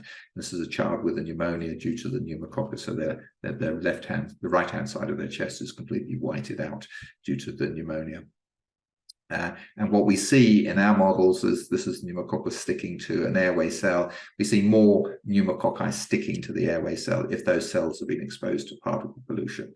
And we know what the mechanism of that is. So just to say that, almost certainly exposure to air pollution will make the respiratory tract more vulnerable to infection with pneumococcus, but also from other models that we've done, a range of other conditions, including viral infections and SARS-CoV-2, the one that causes COVID. Translation, we heard the need for clinicians to be able to communicate the risk of air pollution. I've written this into the NHS, National Health Service UK, National Standards of Care. This is, I don't expect you to read this, but it just says we're expecting clinicians to be able to communicate about the risk of air pollution and think about ways of mitigation. And parents and children and young people should also receive appropriate information. I mean, this guideline was only written last year, so it's going to take a while for it to be, integrated into standard policy. But I think we've made a good start, and I think that's something that other healthcare systems across Europe and globally could do as well. We have generated some sort of attempts to advise. This is our air pollution plan. We've developed it not from any great sort of scientific testing, but we think this is sort of a reasonable thing that people could do and children could do. So we integrate that into our asthma guidelines, so what to do on all days, what to do on high pollution days. And certainly in London, and I think in other cities, you can get warnings of high pollution days the day before. And so it's no good having just a warning. You need to know what to do, and it has to be practical as well. You can't expect children to do anything different from their peers, and that's something that is quite difficult to actually work out what things children can do to mitigate their risk. And finally, advocacy, the need for clinicians to stand up and really advocate this. We heard from the previous speaker doing that in various countries. I'm afraid that's something that we sort of shy away from academics. We don't like sticking our head above the parapet. But I think for this, we have to do that because it's so clear cut. There's no argument. In fact, I launched something called Doctors Against Diesel a few years ago, and that sort of it sort of helps for example, the Mayor of London expand the ultra low emission zone, which basically cleared the most polluting diesels from the road. There's no reason for those to be around on the road, but no, they clearly were very cheap to run, and they need to be done. And not to say that it hasn't caused a major political. It's now in sort of the political zone. There are certainly people who are pushing back against these interventions to try and reduce people's exposure. I mean, talking about the toxic air lie, not sure what bits of toxic air they're thought about, but people are lying about. However, I mean, clearly it does, politically it is not straightforward, especially if you're doing interventions which differentially fall on people who are perhaps less able to change their cars. And that's when the central government have to take in a role. Unfortunately, in the UK, that hasn't been the case. For example, supporting a scrappage scheme for these for highly polluting diesels. So know, there is a political domain which certainly I tend to steer clear of. However, I have consistently supported the mayor. This is just a picture I took when I was being filmed, sort of voluntarily, sort of unpaid film advertisement for the ultra low emission zone. So, you know, if you're not media trained, it can be relatively uncomfortable doing all of this stuff. And I mean, sort of seeing yourself is always not very particularly pleasant, but one has to do that, to do one's bit. And finally, more practically for us, we've obtained money in the Royal London Hospital, and that's centred in Whitechapel, to develop an environmental assessment clinic where we go into homes and monitor children and really try and understand about their exposure and advice. So just a conclusion, yeah, we have major effects on asthma, air pollution, asthma, and other childhood diseases. We need to detoxify the breathed environment, absolutely. And yeah, clinicians have to have the tools to be able to discuss air pollution as paediatricians with the patients and the children and guardians. Thank you very much.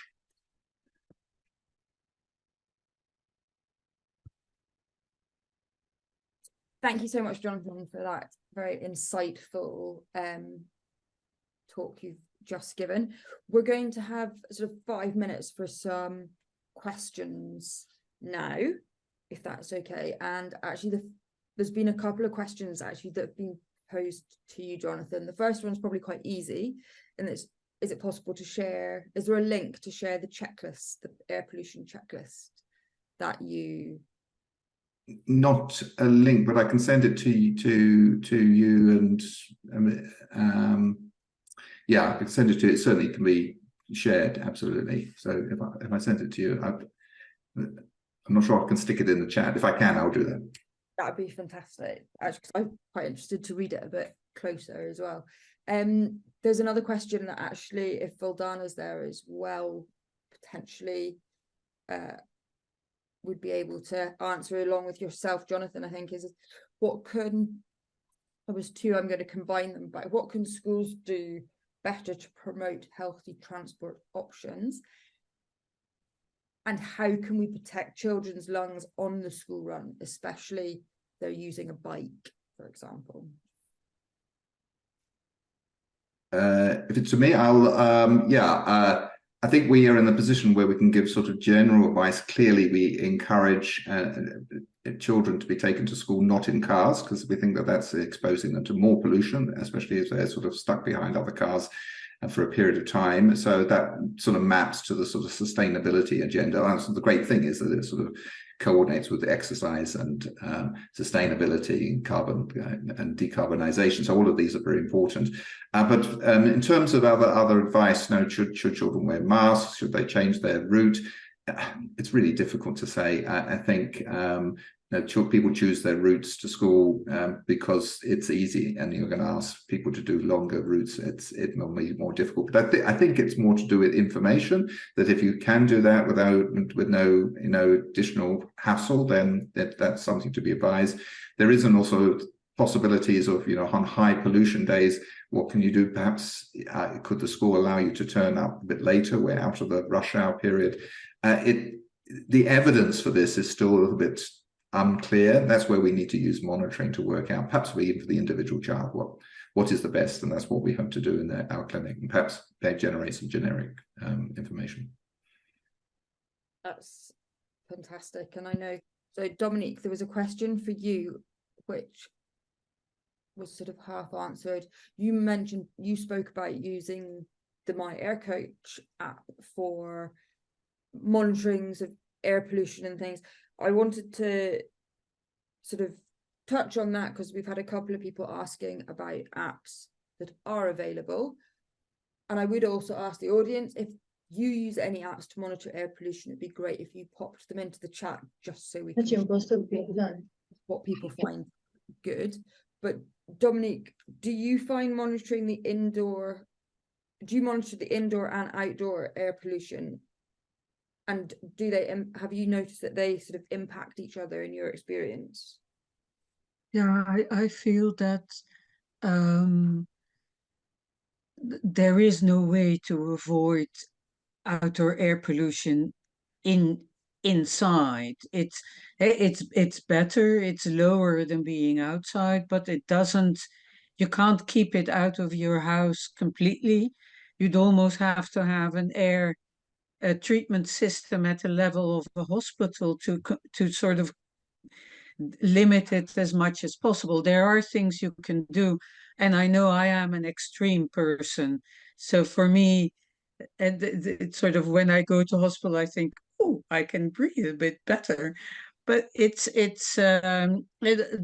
people have talked about systems, and yes, they help, but whichever, even in completely the latest completely sustainable, environmentally closed houses, you still need air from the outside inside, and it will be filtered, but it doesn't take everything out. I'm not being I try not to be very, very negative. It does help, but it does not necessarily make your indoor air cleaner, and it has risks that it has to be really, really well maintained and installed, because we've seen a lot of people with sick building syndrome, where the treatment system of the air is basically polluting the indoor air. And on the question about the app, my Air Coach isn't there anymore. The one I use the most now for air quality is called Air Visual, and it is from the IQ Air, which I think Dr. Zorana already mentioned. So that's a sort of worldwide air quality measuring system, and one of the advantages of that one is sort of when I was in Barcelona a couple of days ago, and I can just add Barcelona to the app. So if wherever I go, I can sort of say, okay, I'll add that location to the app, and I have up-to-date data, and they also show what it's based on how many measuring stations. So you have a sort of idea how reliable is this. That's fantastic, Dominique. And what we'll do is we'll put the name of all of that into the chat so everyone can see it. Valdana, I just wanted to ask you, be the last question before we break for lunch. There was a couple of questions about sort of going to school and being outside with children. I just wonder did you have to make changes for your son when you were taking him to school? What sort of things did you do to help with that? Because I think that might answer quite a few of the questions that people have had about sort of going to school with children and things like that as well, from a parent perspective, because I know Jonathan has given it from the clinician side. Thank you for that question. I just want to mention what project that we did with Save the Children, where they bought for air purifiers for all classrooms in Canton, Sarajevo, for 12 schools. So in a classroom, you have like an air purifier in order to help, but that's sometimes more just, emotional. That calms you down. It's not possible to clean the air, not purifier, cleaner air. Yeah. So when it's about my son, he wears Vogue mask or Cambridge. That's brand. I don't know what is particular, but it's a good one.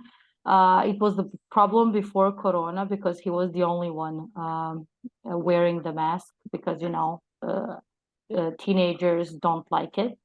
So when Corona came, he was the one with the most popular mask. So then we said, okay, because he had some print on it. I said, look, it's good now. So that's why I mentioned in my presentation, it is very important to raise awareness. And, when you have teenagers, it's really tough because, they're at the point when they say, I don't care anymore, and you have to be awake and you have to help them and you have to be there. So that's the thing, when we take him to school, we drive him, he has mask, now we have this air cleaner, not purifier cleaner. I said purifier, I think it's wrong term, in the classrooms, and we pray. Unfortunately, it's, I don't know what else to say, because we get information how bad it is, but there are no action. And sometimes, I believe if it's good to have these kind of information every day, like bombs, and no one does anything about it. And I just wrote a message to one of my friends in Austria. She also leads a patient organization, and I told her we had a meeting with Ministry of Civil Affairs, because they abolished the law or right now, and it's possible to build big buildings again in Sarajevo, and it was forbidden for 30 years. And it's a huge problem, because of the ventilation corridor, etc., etc. So what we do, we try our best, and unfortunately it's a huge issue, and we can do in our homes, but as Dominique said, it comes in your home from outside as well. So yeah, everyday struggle. Yes, it's been very apparent in this session just how much the impact has on patients, and also the work that has been done by clinicians like Jonathan to try and prevent, halt what is happening and prevent more deterioration in lung disease, and also prevent more people being diagnosed with lung disease as well, which will eventually happen. I'd like to thank you all sincerely for that fantastic session. We ran a little bit late, but it was a really good session, so we can't complain. We're now going to take a 30-minute lunch break. Okay, welcome back, everybody. My clock says it's exactly 25 past, which is when we were going to come back. And the screen's moved on to session 3, so that's good. I hope everybody's back, but other people might be joining us if they've taken a little bit longer to have their cup of coffee, tea, lunch, whatever. So welcome to anybody who's joining for the first time today. If you are joining for the first time, you missed some really interesting talks this morning, but you haven't missed them forever, because they will be available on the website. If I can be allowed just one kind of personal reflection, the thing that struck me was that 3 of the speakers in their own ways, Dominique, Artur and Jonathan, all mentioned that the kind of an extreme solution for some people might be to move house, move country even. And that just struck me that we're almost in danger of creating a new class of refugees here. It just seems to be creating more and more reasons for people to run away from their home. And it just seems like it's madness to me. But there we go. So for those, if you are just joining us, if you look at the chat, there's details about how you can get simultaneous translation. There's a robot behind the scenes somewhere translating what I'm saying and what everybody else is saying into your language. Focus on this next session is on indoor air pollution. We've looked at outdoor air pollution this morning. This is more about indoor air pollution. We have lots of interesting speakers, and as before, you'll have the chance to ask questions in the joint Q&A session at the end. Can I just remind people, please? I saw a lot of prompts coming from the backroom team asking people to put their questions in the box at the bottom that says Q&A. If you put questions in the chat, that's not being monitored, and so they might be missed. So please remember to put them in the one that says Q&A next to the chat box. Right, we're going to start this session with another short poll on your experience of indoor air pollution. And we'll give you a few seconds to just answer these questions.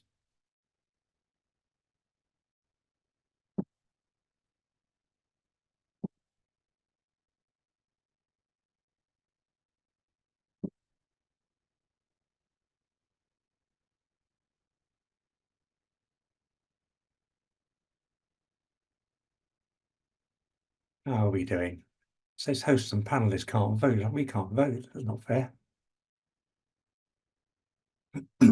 So again, a large percentage of people, 4/5, 70 from 79, nearly 80% of people are affected by indoor air pollution. And mold and mildew seems to be the biggest single issue, although there's kind of spread across several. Okay, thank you. That's just interesting context before we start. So the first thing we're going to do is to watch a short film by Tess Jelen. I hope I'm saying people's name right. about her personal experience of indoor air pollution. Tessa suffers from COPD and has been actively running a British Lung Foundation, which is now Asthma and Lung UK, support group for 10 years in Westminster and London. She's helping about 200 members. So I'm hoping now somebody's going to start the film for us.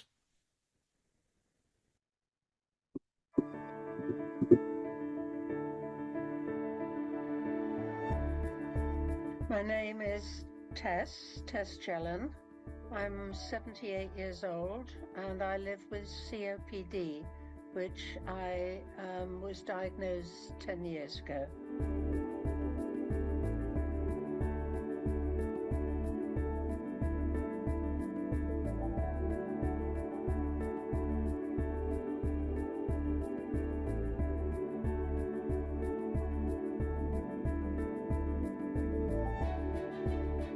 I led quite an active life. I did Tai Chi and all sorts of stuff and whizzed around all over the place. On diagnosis, the scary bit is that you're told online that you have a progressive and incurable condition. That's really scary to get. And I was just retiring about then, so I got myself involved in research and in running a local group. So I'm really quite up to speed on my condition and the impact on it.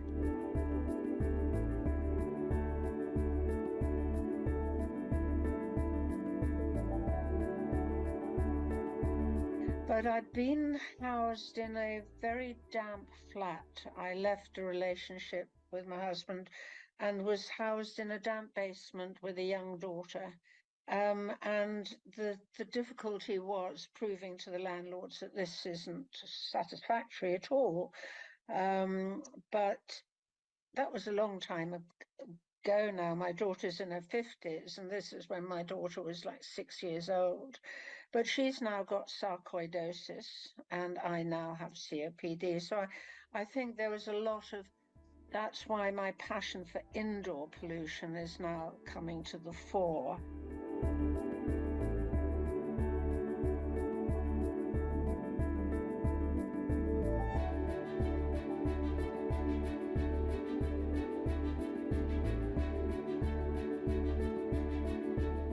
Then again, it happened in a shop, a national shop, selling goods, and and I complained. I had to sit down.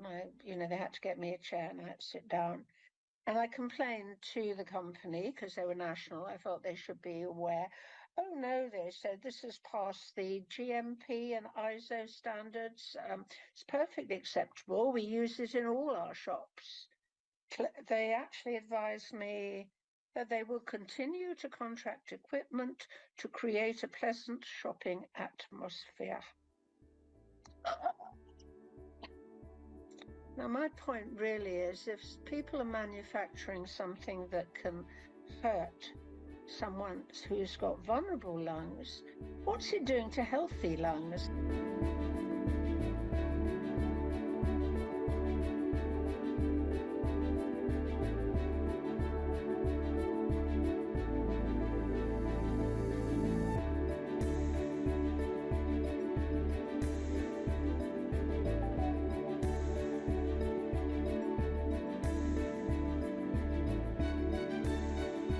So I'm sort of quite well aware of what's going on, but I was really surprised at the lack of healthcare professionals advising about indoor pollution.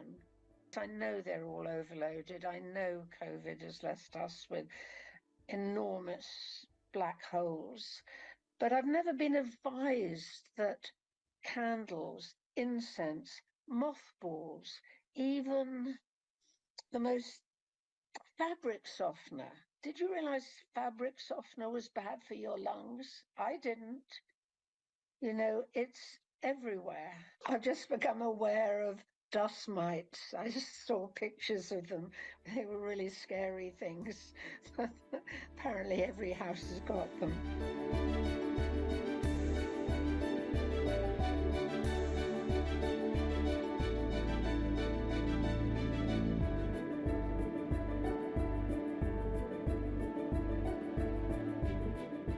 since the Marmot report, no involvement has really been taken place with indoor housing standards. I'm part of a rather large housing association called London and Quadrant. They've got an enormous amount. I mean, they're the second biggest in the country.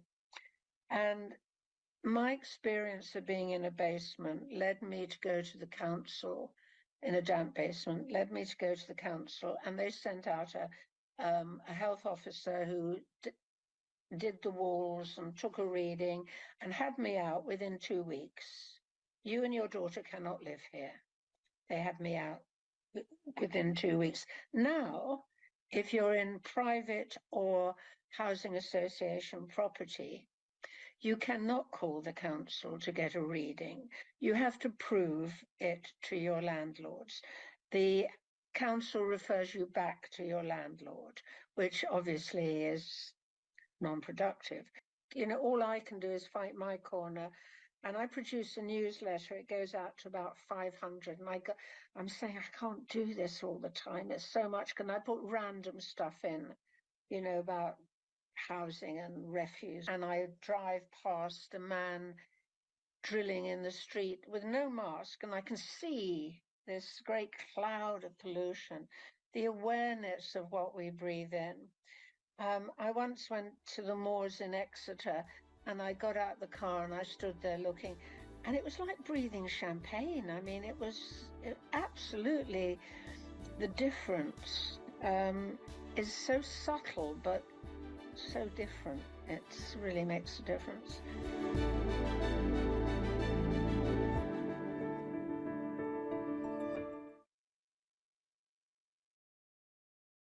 Thank you very much, Tess. I'm not sure whether you're on the line or not, but thank you. If you and in absence of you, not for sharing your story. Breathing champagne, I love that idea. That's kind of the thing we should all be aiming for, isn't it? So next we're going to hear from Christina Priguc from the European Public Health Alliance. Christina works with European and national member organisations of the Alliance to develop policy positions, build advocacy, and establish communication campaigns on air pollution. Recently, her projects are focused on the impact of residential heating and cooking on indoor and outdoor air quality. Christina, welcome. If you could, if I could kindly just remind about sticking to your 10 minutes if you can, then we'll have time for questions at the end. Thank you.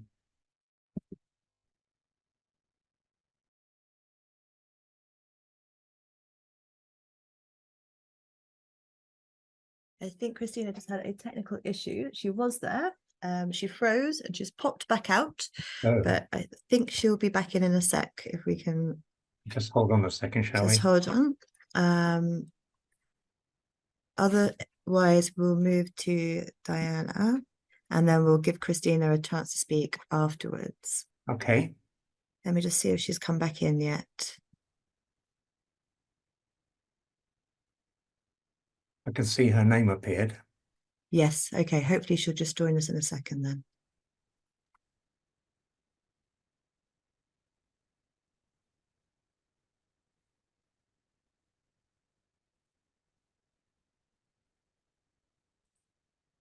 Christina, are you able to join us?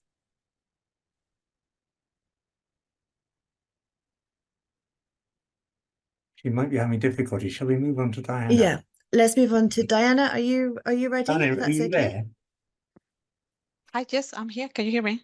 Yes, I can. So I'm going to welcome you now. Going to move on to Diana Varaden from Imperial College London, who's going to talk through some of the research that their team is currently undertaking in Housing Best London. Diana and I have worked together for several years now, haven't we, on ensuring that the public can contribute to research. So it's great to see you in this new context, Diana. Off you go. Thank you. I'm going to share my screen if you can just double check that is all working. And where did you go? Yep. Is that all right? Yep. Okay, thank you.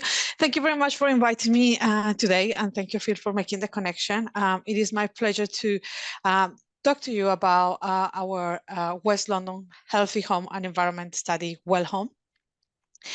This is a study that started at middle of 2021, and it has been a long journey. We are still in the process of gathering data, so I won't be sharing any results yet.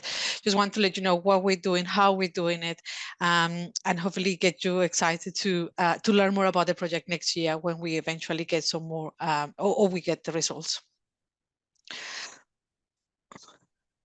So just a little bit of background, and you have heard this morning, air pollution affects us in many different ways. It's cause of millions of deaths globally, and we know it has been associated to acute and chronic health issues. But I think there is this expectation or understanding that if we are indoors, we are somehow protected from from outdoor air pollution. But unfortunately, there are pollutants present in our home as well, and they can come from different and various sources.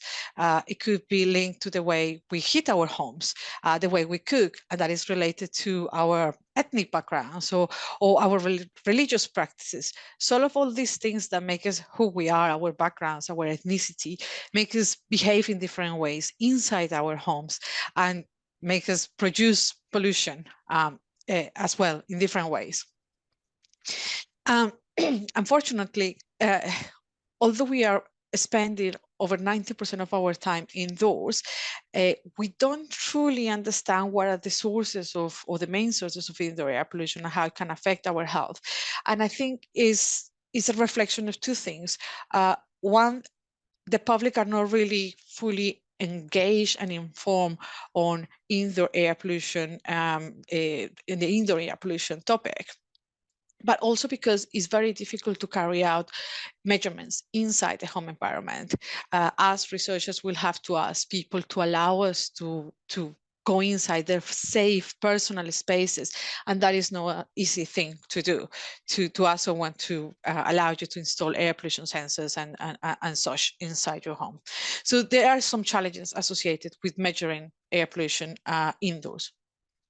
And we knew this before we started Well Home. We knew that it will be challenging, and we knew that in order to do truly meaningful indoor air pollution study, we will have to have the public buy-in. We will have to have the public engaged and aware, and that they have to, or they should understand what are we doing, what we're doing, and why it's important. So we ran a pilot study before Well Home started, where we engaged with the local community that we were eventually going to work with, and we asked them, if we were going to do an indoor air pollution study, what do you think we should be asking? What do you think it will be an interesting thing that you also want to know? And how do you think that we can develop a methodology that is not only feasible for us from the science point of view, but is acceptable and in line with your expectations? And this is what we got from the participants. They said, well, we want to know, should we let the pollution in or out? And that was a really great question, because that was exactly what we wanted to know. Using different words, we talk about the indoor and outdoor air pollution continuum, but really, is that, should we just let the pollution in or should we let the pollution out? They told us that we should be working with families from we should prioritize families from marginalized communities, that we should have key people in the local community to help us with the study, which we call ambassadors, and that we should share the results of the study with them, and that whatever we find out should bring positive changes to the area. So the area, the local community shouldn't be framed in a negative way. So with all of this information and with a multidisciplinary team, we started Well Home in 2021. And the purpose of this study, as I say, is to understand the outdoor-indoor air pollution continuum. We're working in the White City area, which is the west side of London, and the White City area is around one of the Imperial College's campuses, and is an area that has very high density and high levels of deprivation. So it is a very interesting community, because we have people from many different backgrounds, from some very low socioeconomic status as well.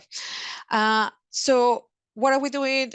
Or what is our research question? We want to understand air pollution exposures to children and adults across the indoor and outdoor air pollution continuum, specifically working with vulnerable and diverse urban communities. And apologies, it's a very busy slide, but I just want to highlight that we're doing many different things. So we're looking at air pollution, gases, particulates. We're looking at the toxicity of these particles. We're looking at occupant behavior. So we're trying to understand how people behave and why they behave the way they do. We're looking at eventually gathering all this data and developing the next generation of personal exposure modeling, which will allow us to look at the detail at the household level detail and understand how indoor air pollution sources behave. Very briefly, just want to say as well that we're not only working with the 110 homes that we engage in for the study to have the census, but we have also that institutional commitment to reach out to the local community and to engage them in meaningful ways and to raise awareness and understandings of the issue. And we have done it over the last 2 years in many different ways, including science festivals, local community discussion panels, and such. What are we doing with the 100 homes? And this is one of the interesting bits. So we, as I said, we prioritize the participation of children with families with families with children with asthma. We're doing a number of things. So we're doing the continuous sampling where we install 3 air pollution sensors inside the homes in different locations. One goes in the kitchen, and the slides are moving. One goes in the kitchen, one was in the bathroom. Sorry, one was in the kitchen, one was in the living room, and the other one was in the child bedroom. We also, and we're measuring with that gases, particulates, temperature, and humidity. And we're also installing a passive sampling devices, which allow us to measure things like chemicals, so things that come from the cleaning products that our families are using, biological particles, normally from things like damp and mold. And we're also measuring microplastics, which is a new area. So we're trying to understand what particles of microplastic particles become airborne and are present in the air that we breathe as well. Then we take all this passive sampling, the trays to the lab, and then an analysis is carried out. And we do this twice. So we do this in 2 28-day periods during different weather seasons to get a good understanding of how air pollution levels, but behaviors as well, change depending on the weather.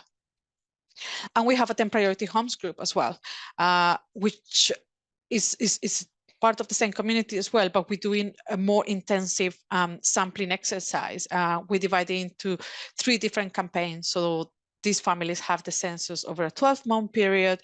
And then they have 2 28-day periods similar to the previous one, where we install the passive sampling devices, as explained before.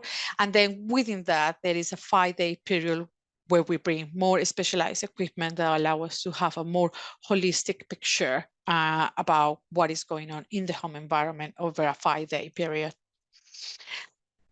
This is what we have done so far. So we have, the objective was to engage 110 families, 100 for the 100 homes cohort and 10 for the 10 priority home cohort.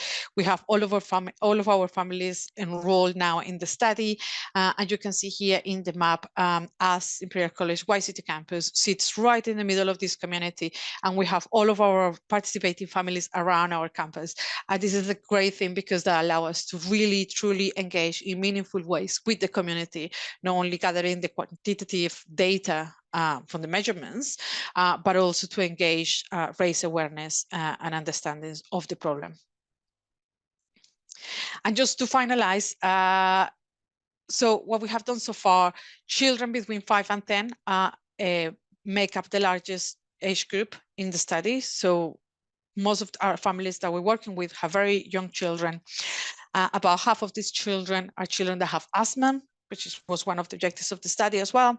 And we heard this morning as well, children and older people are more vulnerable than others to the harmful effects of air pollution. And that's why it is very important for us to engage families that have children, particularly children with asthma.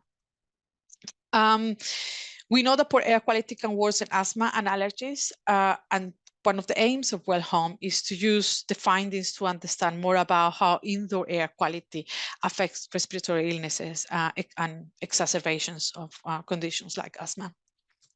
And eventually, the goal is to explore associations between daily symptoms in children with asthma and exposures on chemical and biological pollutants. And this is all in preparation of an intervention study. So while home is an exploratory study, we're looking to first understand what is happening in the home environment, what are the causes, the sources of air pollution, how that is linked to our behaviors, and then use this data to then think about how we then start trying different things that can be changed in the home environment in order to reduce that exposure, which will be eventually an intervention study in the future. As I said, we are in the middle of field work, really exciting times for us, engaging with the community, and I would love to, in next year, to share with you the results, which I'm sure will be of great benefit for all. Thank you.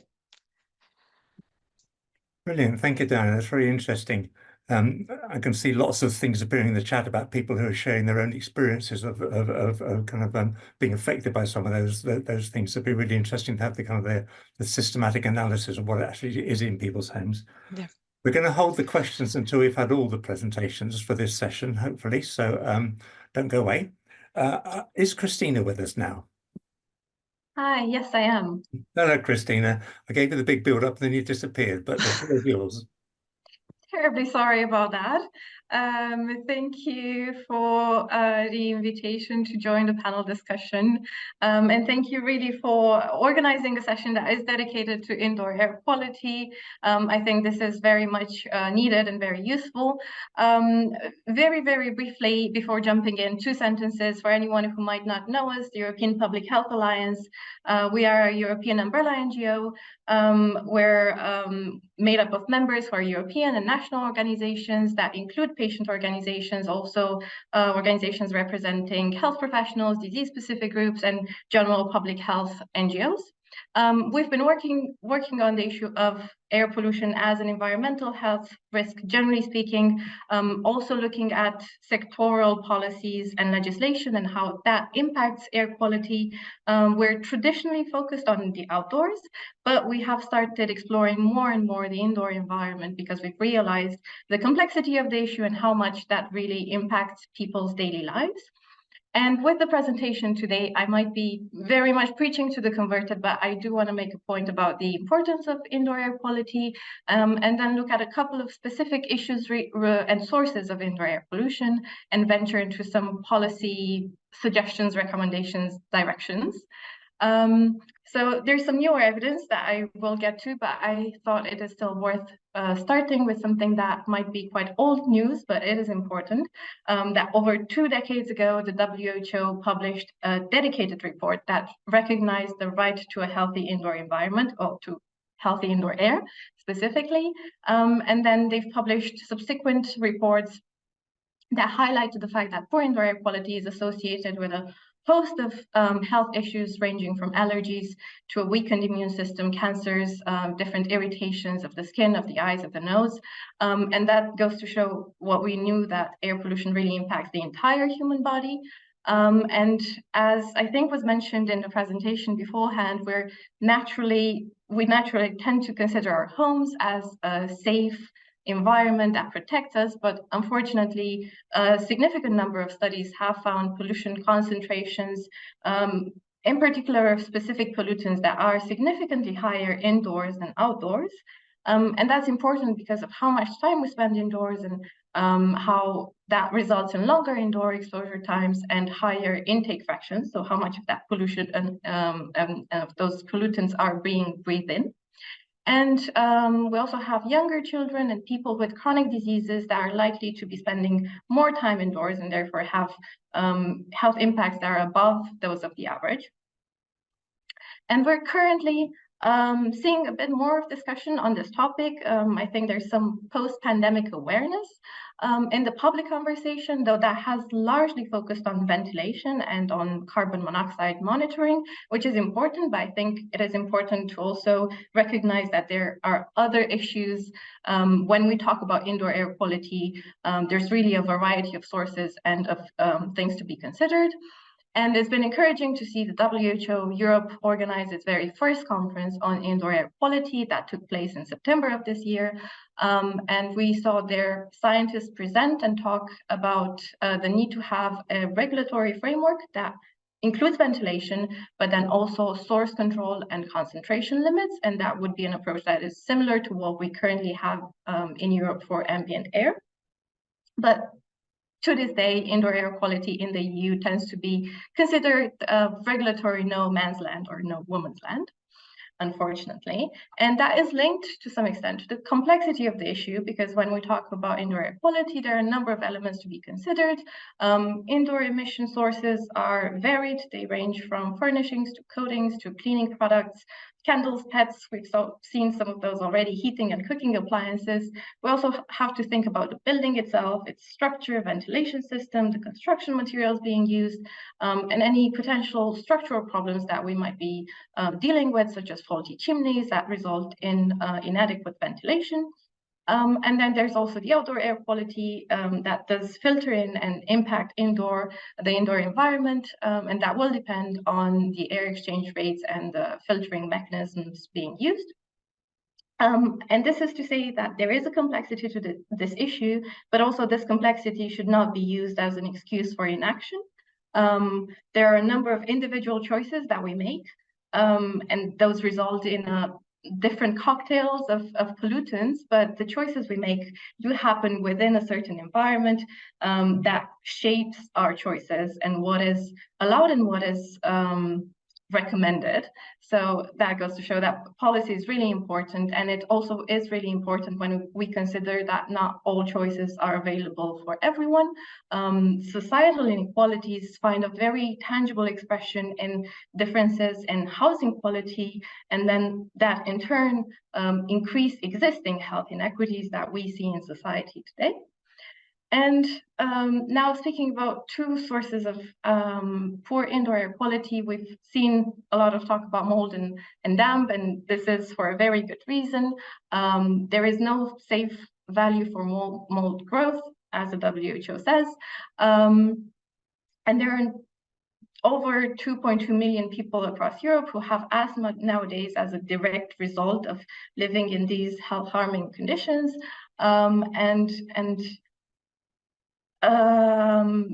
This is really an issue to be considered, and goes back to this question of what we can do to really control our environment, particularly, say, for example, if we're living in a rented house. The second issue related to indoor air quality that I want to talk about is maybe something that is less considered nowadays. There's less awareness around it, and that is gas cooking. And this is also something that has been recognized by the WHO, who say that children who live in homes where gas cooking is used have a 20% increased risk of lower respiratory illness. And the second source of evidence that I want to point to is a meta-analysis that included studies from across the globe and saw very little variation in regional findings. And in general, children living in a house with gas cooking have significantly increased risk of experiencing asthma symptoms and of having childhood asthma. And that has led us to have a campaign dedicated to this issue. And we've worked with a number of partners, including TNO, who are an independent Dutch research consultancy. And they've done a study that found that the average EU population attributable fraction of current childhood asthma that is associated with gas cooking is 12%. So that means that there are 700,000 children in the EU currently who are experiencing asthma symptoms who would not be experiencing those symptoms had they not been exposed to gas cooking. And that study also did a simulation of what we can expect to find in terms of levels of indoor pollution in those houses with gas cooking. And that then has been confirmed by a more recent field study that took place in 7 European countries. The PLASP, for an NGO focusing on environmental and energy efficiency issues, they conducted a study and they found that there are levels of NOx pollution that exceed the benchmarks set by the WHO guidelines, and that would be those levels would be illegal outdoors, both in the EU and in the UK. And we at IFA, we've got a manifesto that is addressed to the health community, in particular to health professionals, because as I think was also mentioned before, there's a need for doctors and for medical professionals to speak more about environmental health risks, and gas cooking is one of them. So we have this manifesto that we invite everyone to sign who is concerned about the health risk posed by gas stoves. And we also have some broader IFA recommendations. They're going to be in a paper that is going to be published at the beginning of next year. But just for kind of a short overview of that, we think that it's important to have a European approach to tackling indoor air quality, to really recognize this plays a major role in people's health. There's a need to have more research on this issue to really understand what is happening, what levels of pollution people are exposed to, and what that means, what causal links we can find with health outcomes. We want a multi-pronged approach to tackling indoor air quality, and we also always want to first look at tackling the source of air pollution, and then look at mitigation strategies. We think it's also very important that we consult stakeholders and experts from multiple disciplines. And the last slide, we think it's important to acknowledge and consider the impacts that the built environment has on health, and prioritize interventions that tackle health inequities and that lead to the greatest health benefits. It's important to continue to raise awareness on this issue and to ensure adequate legislation protection for tenants so that they can exercise their right to healthy air and a healthy environment. And with that, my presentation has come to an end. Thank you very much. Thank you very much, Christine. I'm glad you were able to overcome your difficulties and join us in the end. That's very interesting. So for the final talks in this session, we're going to move on to somebody to give us a bit more of a global perspective. And we welcome Om Kurmi, who will present some of the work he's been part of in Nepal.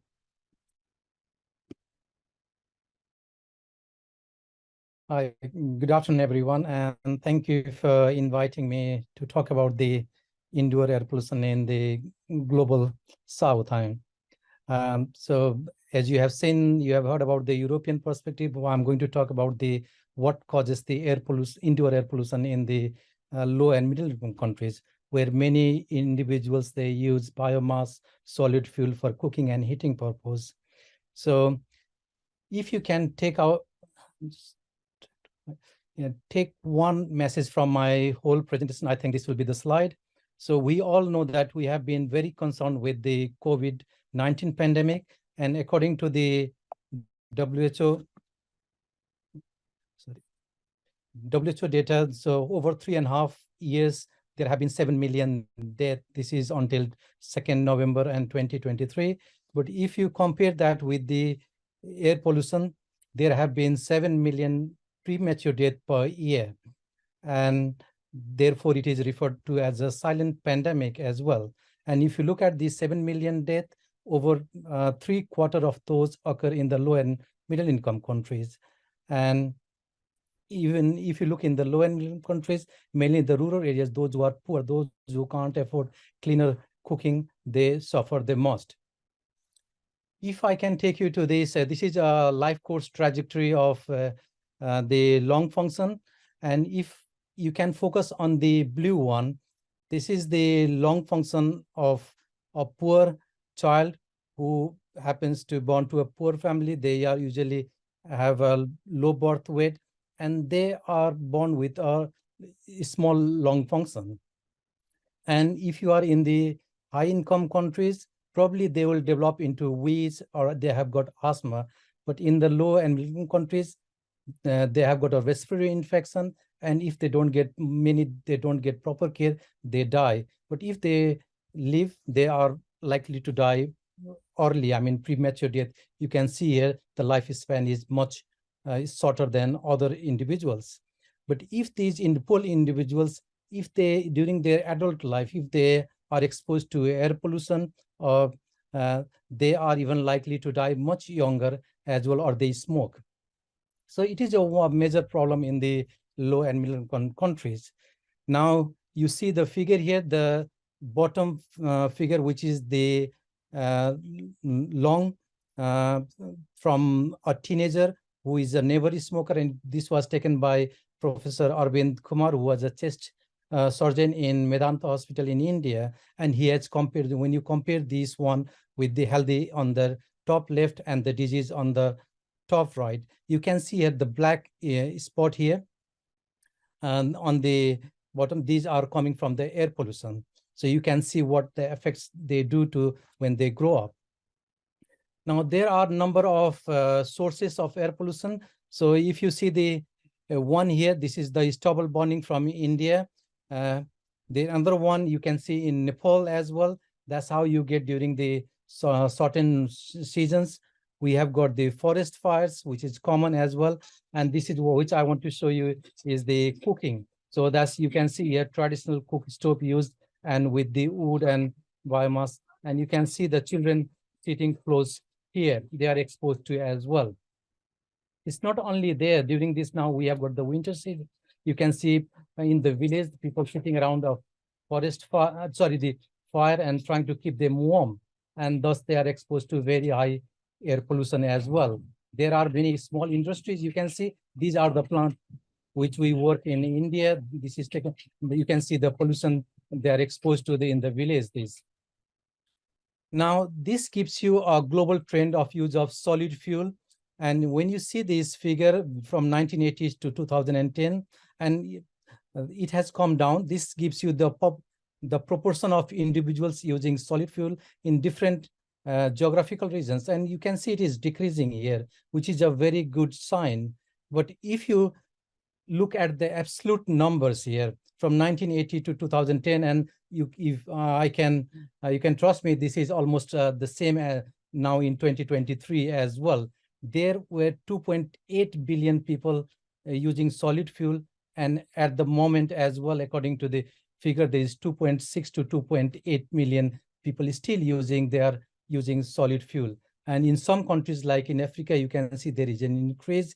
In certain countries, you can see there is a decrease, but the absolute number, because of the growth of the population, there is the number of total population using solid fuel is still the same. We carried out a study in China as well.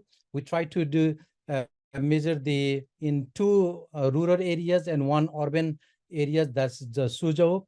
We tried to carry out very comprehensive measurement of air pollution in two seasons, summer and winter, for 1 week in each period. We measure in the kitchen, in the living area. We also asked the participant to carry the personal monitor for whole 1 week in the two seasons, and we also measure in the outdoor. There is a lot of detail, but what I can tell you here is, here you see the air pollution in the rural areas were much higher than the urban kitchens, and they were much higher in the winter compared to the summer as well.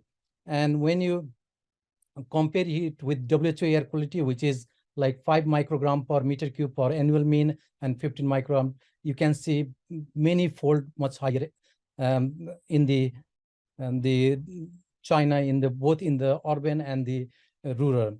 And when you grade them, the kitchen was the highest, and then the personal exposure was the second highest, living area was the third highest, and the outdoor were the cleanest. But when you look at the outdoor, they are also almost 10-15 times higher than what's the WHO air quality guidelines recommend. Now we know that the HEI Health Effect Institute, they have, in 2019, they published a report that any children born in 2019, they are likely to live 20 on average 20 months, die 20 months younger. But when you look at in the developing countries, they can reduce the air pollution to the level the WHO recommends, they can gain a lot of age. Like in Bangladesh, you will get around 7 years, in Nepal around 4 years, Pakistan around 4 years as well. So it is a very important factor for them. We also carried out a study in Nepal. This is my son who was having asthma when he was in Nepal as well. We did a study in a tertiary hospital in Western Nepal. We measured there were 4,000 newborn babies. We measured them within 24 hours. And what we found there was those women, those pregnant women who were exposed to household air pollution during the pregnancy period, 42% of them delivered baby were small for gestational age. And we know that if they are small babies, they are more likely to have different type of infection, pneumonia, and other case as well. I did a study in Nepal, and this was one of the first study which was published in the European Respiratory Society. We looked into the young adults, 16 to 25 years old. We measured the lung function, and what we found, those who were exposed to biomass, indoor air pollution, had already reduced lung function compared to those who were getting relatively cleaner fuel in those country in Nepal as well. We did another study when this is one of my PhD students when I was in Oxford University in China, Kaduri Biobank. We had over 500,000 sample size, and what we found was those exposed to solid fuel has 12% increased risk of COPD, 45% increased risk of respiratory death, 18% increased risk of acute lower respiratory infection. And because of this, and these data were done only in the non-smoker, because we had got very high sample size, over 200,000 non-smokers. And this was published in the Blue Journal. What we also had information about the duration they have been used. So we converted them into those exposed to less than 20 years, 20 to 39 years, and 40 or more than 40 years. What we found was there was a dose-response relationship as well. And those individuals who had changed from solid fuel to clean fuel, there was a reduced risk, but the risk didn't go away. We also looked into the type of ventilation. Those who have been using ventilation, we found there was some sort of improvement in their health, but again, the risk was still there. So it's always, it gives us a suggestion we need to switch on to the cleaner fuel, although using improved cook stove or ventilation might reduce the risk, but it doesn't take it away. There was another study which I was part of, the PURE study. We measured from 11 countries: Bangladesh, Brazil, Chile, China, Colombia, India, Pakistan, Philippines, South Africa, Tanzania, and Zimbabwe. These 416 urban and rural communities. What we found there as well, it was the same story. There was 14% increased risk of fatal and non-fatal respiratory disease, and there were 12% increase of any cause cardiorespiratory mortality as well. So again, this confirms these were some of the first study. These two were the first study, long-term prospective study over 10, 12 years, which provided us the reference. At the moment, we are carrying out a family cohort study in Nepal, where children and their parents are included, where I lead this study with number of different universities. And with the main aim of this study is trying to understand the determinant of lung health in those individuals. In last 1 year, we have collected around almost 14,000 participants, and hopefully we'll be collecting maybe by up to 20 in Nepal. And we are going to expand this in 2 regions, in India and one in the Ghana as well. And with that, I'm happy to take any questions. Thank you very much. Thank you. Very interesting, and so much that we could talk about, but we're really sort of short on time. We've got a little bit of time for questions now. We're just having a chat with the backroom team, kind of behind the scenes. We think we're going to kind of concentrate on questions now. So if the people who have just spoken could sort of make themselves visible again, that'd be great. And I'll pick a few questions. We won't be able to do them all. There's a couple here that are very much about kind of how patients should handle these things. So as a question for Christina, as a parent, what should you do to protect our children from gas cooker pollution? We can't afford to change cookers, and we're encouraged to involve them in food preparation to teach them about healthy eating, but it's difficult to know what to do on a day-to-day basis. Do you have any good advice, Christina, or anybody else? Well, I'll start it off. I think there are a few options that are available at the individual level to reduce that risk, and those include ventilation, which was just also mentioned. It also, even just cooking on the back burners might reduce how much of the pollution is being inhaled. But yeah, ventilation and making sure that the filters are being cleaned so that ventilation is effective. Ideally, the ventilation should be to the outdoors, so ducted and vented to the outdoors. If that is not an option, opening the windows and making sure to do that throughout the cooking process and also 10 minutes afterwards, so that all of the pollution has time to go outside. And then there's also some electrical plug-in appliances that could be used depending on what cooking is taking place, but even just a kettle instead of boiling water on the stove and so on, that could also be an alternative. Thank you. Anybody else got any suggestions how you could kind of protect your people from gas cooking? I think it's a tricky one, isn't it? But there's some ideas there from Christian. Thank you. There's another question here about air fresheners. What can we do about the increasing use of air fresheners? The questioner says even encountering them in hospitals. Can I start with that, Phil? I think, as I was highlighted in my talk, there is little understanding about what really causes indoor air pollution. So I think that raising awareness is probably the first step, because obviously air freshener is something that smells nice, that is pleasant, that you will kind of like see it smells good, it's clean, but you don't necessarily know that it smells good. Also, it could be effective in different ways. So it's kind of raising awareness and understanding, education for people to know that actually these things can be harmful for their health. Okay, yeah, they're really important, raising awareness, certainly, yeah. So there was I'm scattering through the questions here to kind of try to pick the most relevant ones.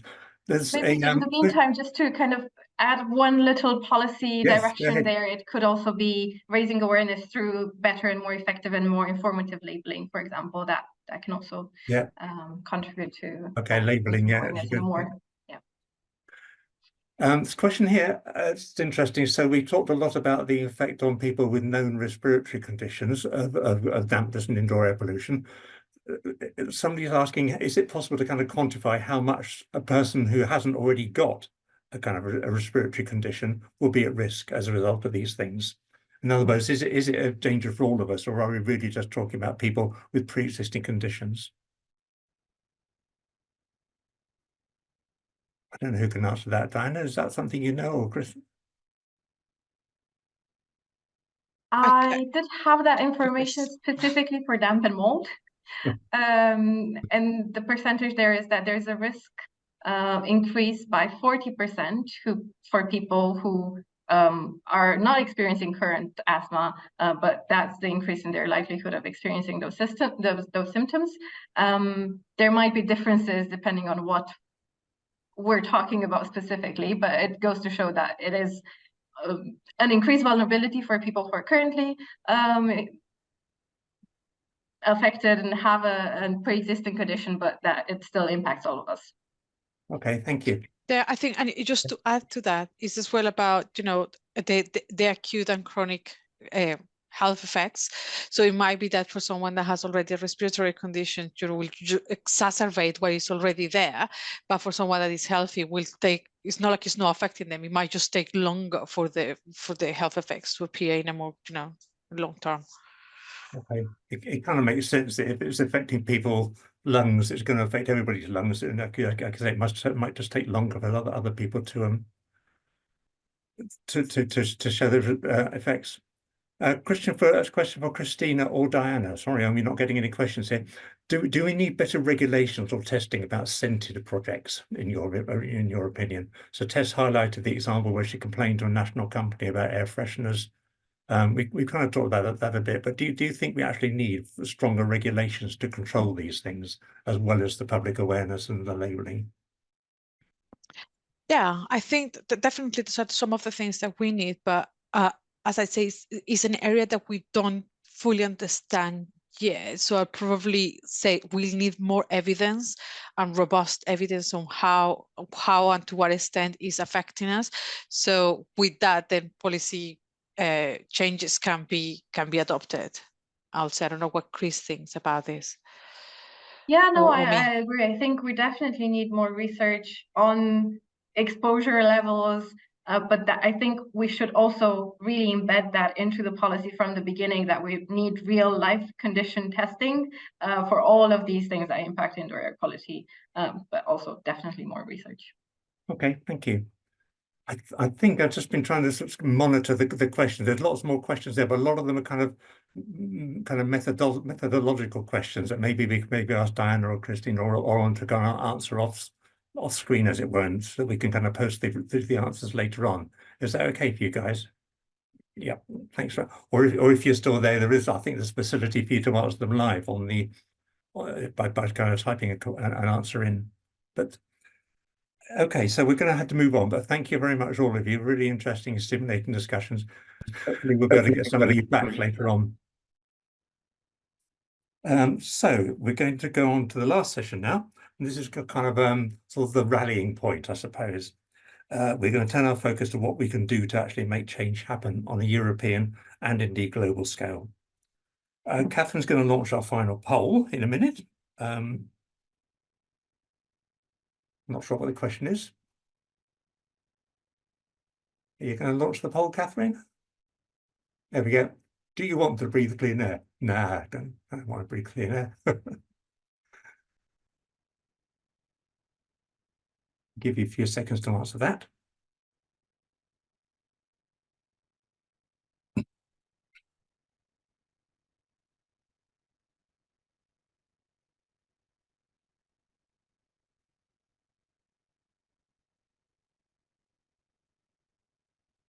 Okay, do we have an answer?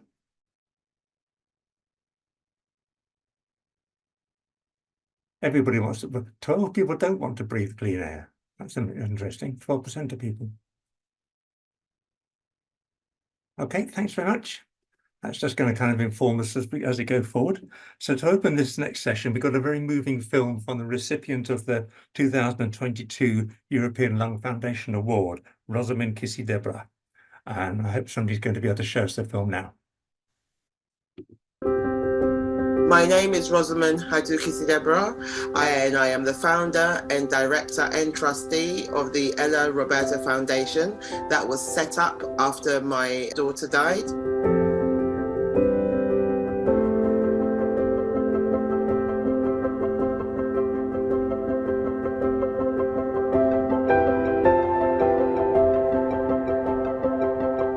Ella was born healthy. I think that's the most important thing to stress here. She loved music, she loved to dance, she was good at swimming, and she had these amazing big eyes. She suddenly became ill when she was 6, almost 7, and what ended up being one of the worst cases of asthma ever recorded in the United Kingdom.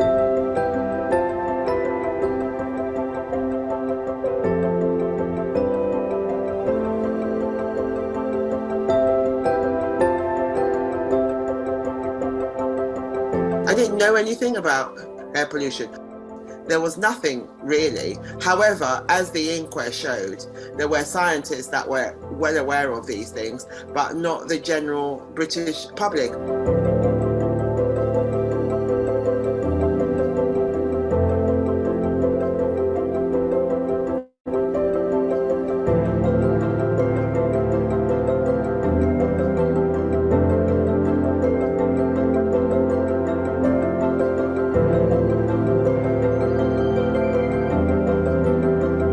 I still couldn't figure out, nor can I figure out for today, why she's the only person to have it on her death certificate.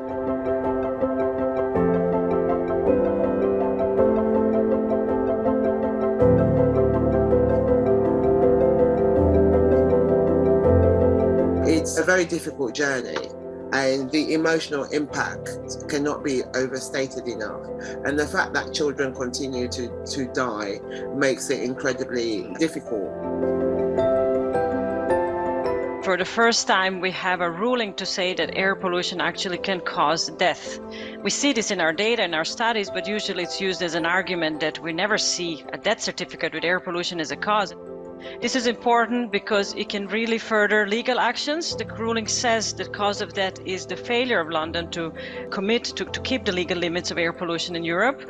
That's one. And second, it also names the lack of information to matter by clinicians about air pollution health effects. For Rosamund to come out as a mother and to talk about is extremely important, because sometimes we only understand cases like that, one case, this really happened. Telling your story and putting a face on what we're talking about from data and these risk estimates and all these big words has a value that a lot of our data cannot communicate. So supporting your story to our data and what we've known for decades, I think will have an important role to raise awareness for the patients, for the parents, for citizens of London around the world, and hopefully finally have that push to politicians also to understand that this is real. This is not something we're talking about some numbers and science. This is really affecting us here and now and our children, and we need to do something about it. I sometimes feel as if I'm knocking my head against a brick wall. I wish I could get governments to do the decent thing, to look after people's health. It's not going to bring hair back, but if through my work and other, there are lots of other campaigners there, ultimately it's about saving lives. And if we could see some of that happening, and if some of it is in her memory, then I'm quite happy to take that, and I think she would as well. We could not be more proud to present the ELF Award to Rosamund for an inspiring and successful campaign that has helped to articulate the great harm that air pollution presents to lung health, produce tangible scientific evidence of it, and finding new communicative angles to present the topic to a wider community. Rosamund and the Ella Roberta Foundation has also inspired ELF. We will work to put focus on air pollution and how it affects children, as early exposures impact long-term lung health. For this work, we are amongst other rolling out a new educational program for school children under our Healthy Lungs for Life umbrella. And we hope to have future collaboration with Rosamund and the Ella Roberta Foundation.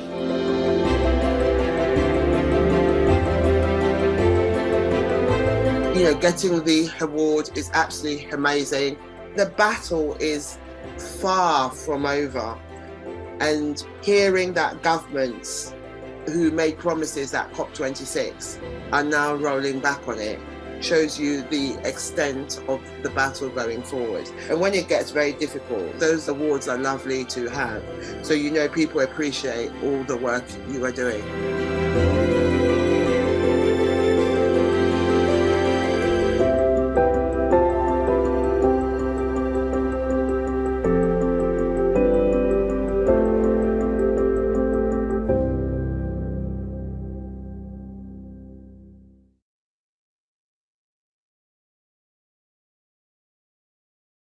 Okay, sorry, I lost my video there for a minute, but it's back again.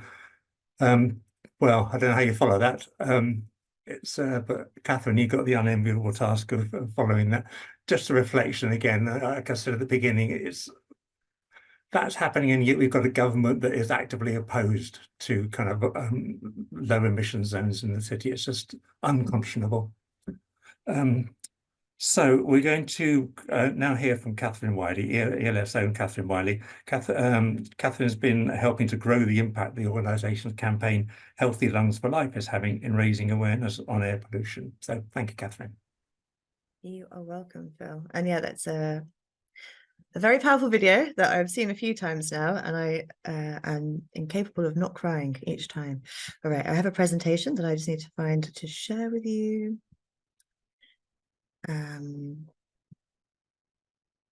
to share that as well. Sorry, just bear with me. Here we go.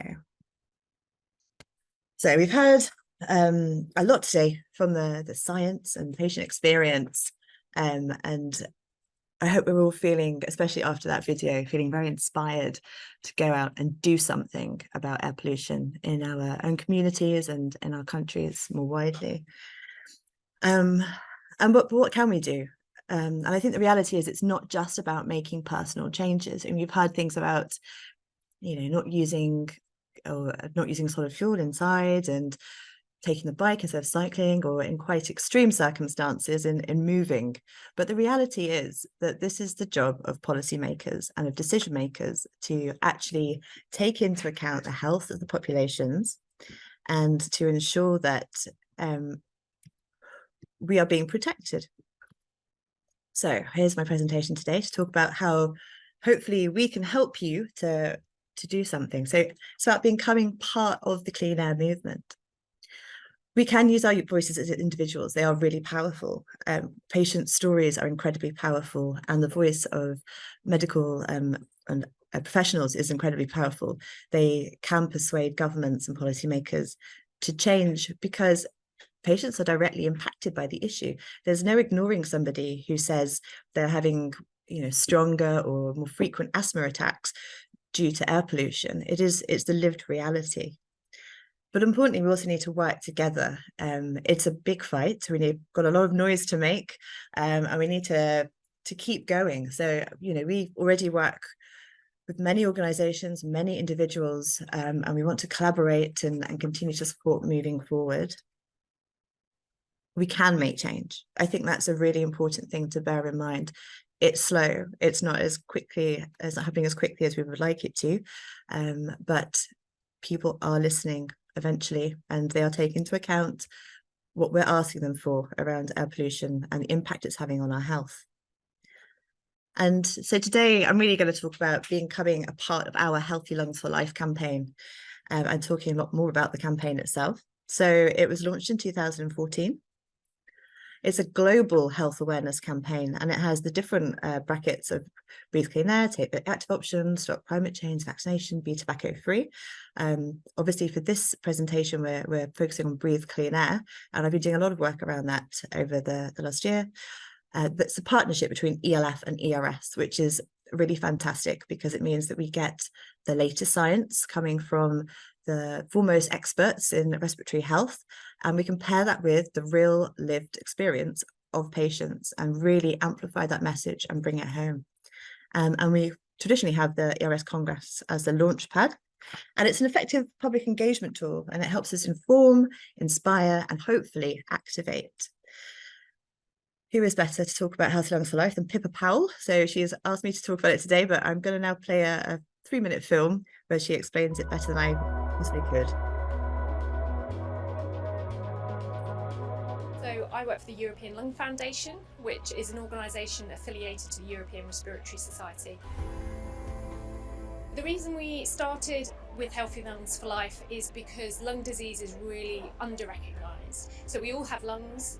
We breathe, that's the first thing we do when we're born, it's the last thing we do when we die. But people really don't think about lung health, they think about heart disease, they think about cancer, they'll give money for heart disease and cancer, but often not for lung disease. I think it suffers from this perception that if you have a lung disease, you've been a smoker. So what we really try to do is make people think about breathing, think about how important it is. When you do a lung function test, it actually takes quite a bit of effort, which means you have to think about what you're doing. So we wanted a really positive campaign. We wanted people to really think about their lungs and to care about their lungs and to look after them.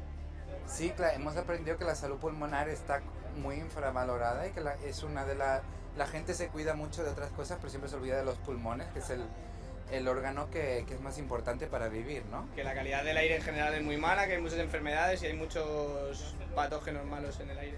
Me he hecho una espirometría que no sabía ni que existía, o sea que me ha parecido muy educativo. The programme doesn't just happen at the Congress, so that's the starting point each year for the campaign for the rest of the year. So what we do is we encourage people here at the Congress to come along, to pick up toolkits, to pick up things that they can use to take this campaign back to where they come from. So everyone may have different issues in their different countries and their different communities. So what we're saying is if you have a high smoking rate, please take all our smoking tools, go back, hold a Healthy Lungs for Life event and make a difference where you live. We've opened grants for organizations who'd like to do a Healthy Lungs for Life project, and we receive answers from all over the world, from Asia, from Africa, from South America, you name it. The impact on the city varies depending on where we go. What we hope we can do is create a basis for activities to continue. So if I take London for an example, we really focus on clean air, and now London is really active in the field of clean air. I'm not saying we were responsible for that, but we certainly kick-started a lot of activity, brought together a lot of different stakeholders in the field to make it a key priority for them. So it's really about legacy, starting something that can continue when we leave and can make a big difference in the future. The key thing about Healthy Lungs for Life is it's a positive campaign. We've turned something, lung disease, which is pretty unpopular, sputum, coughing, wheezing, we've turned it into something positive. You know, run a race, climb the stairs, do something positive with your lungs. And I think that's really innovative. Certainly in the lung field, we've been talking about disease for a long time. Also, we are engaging all different stakeholders. This is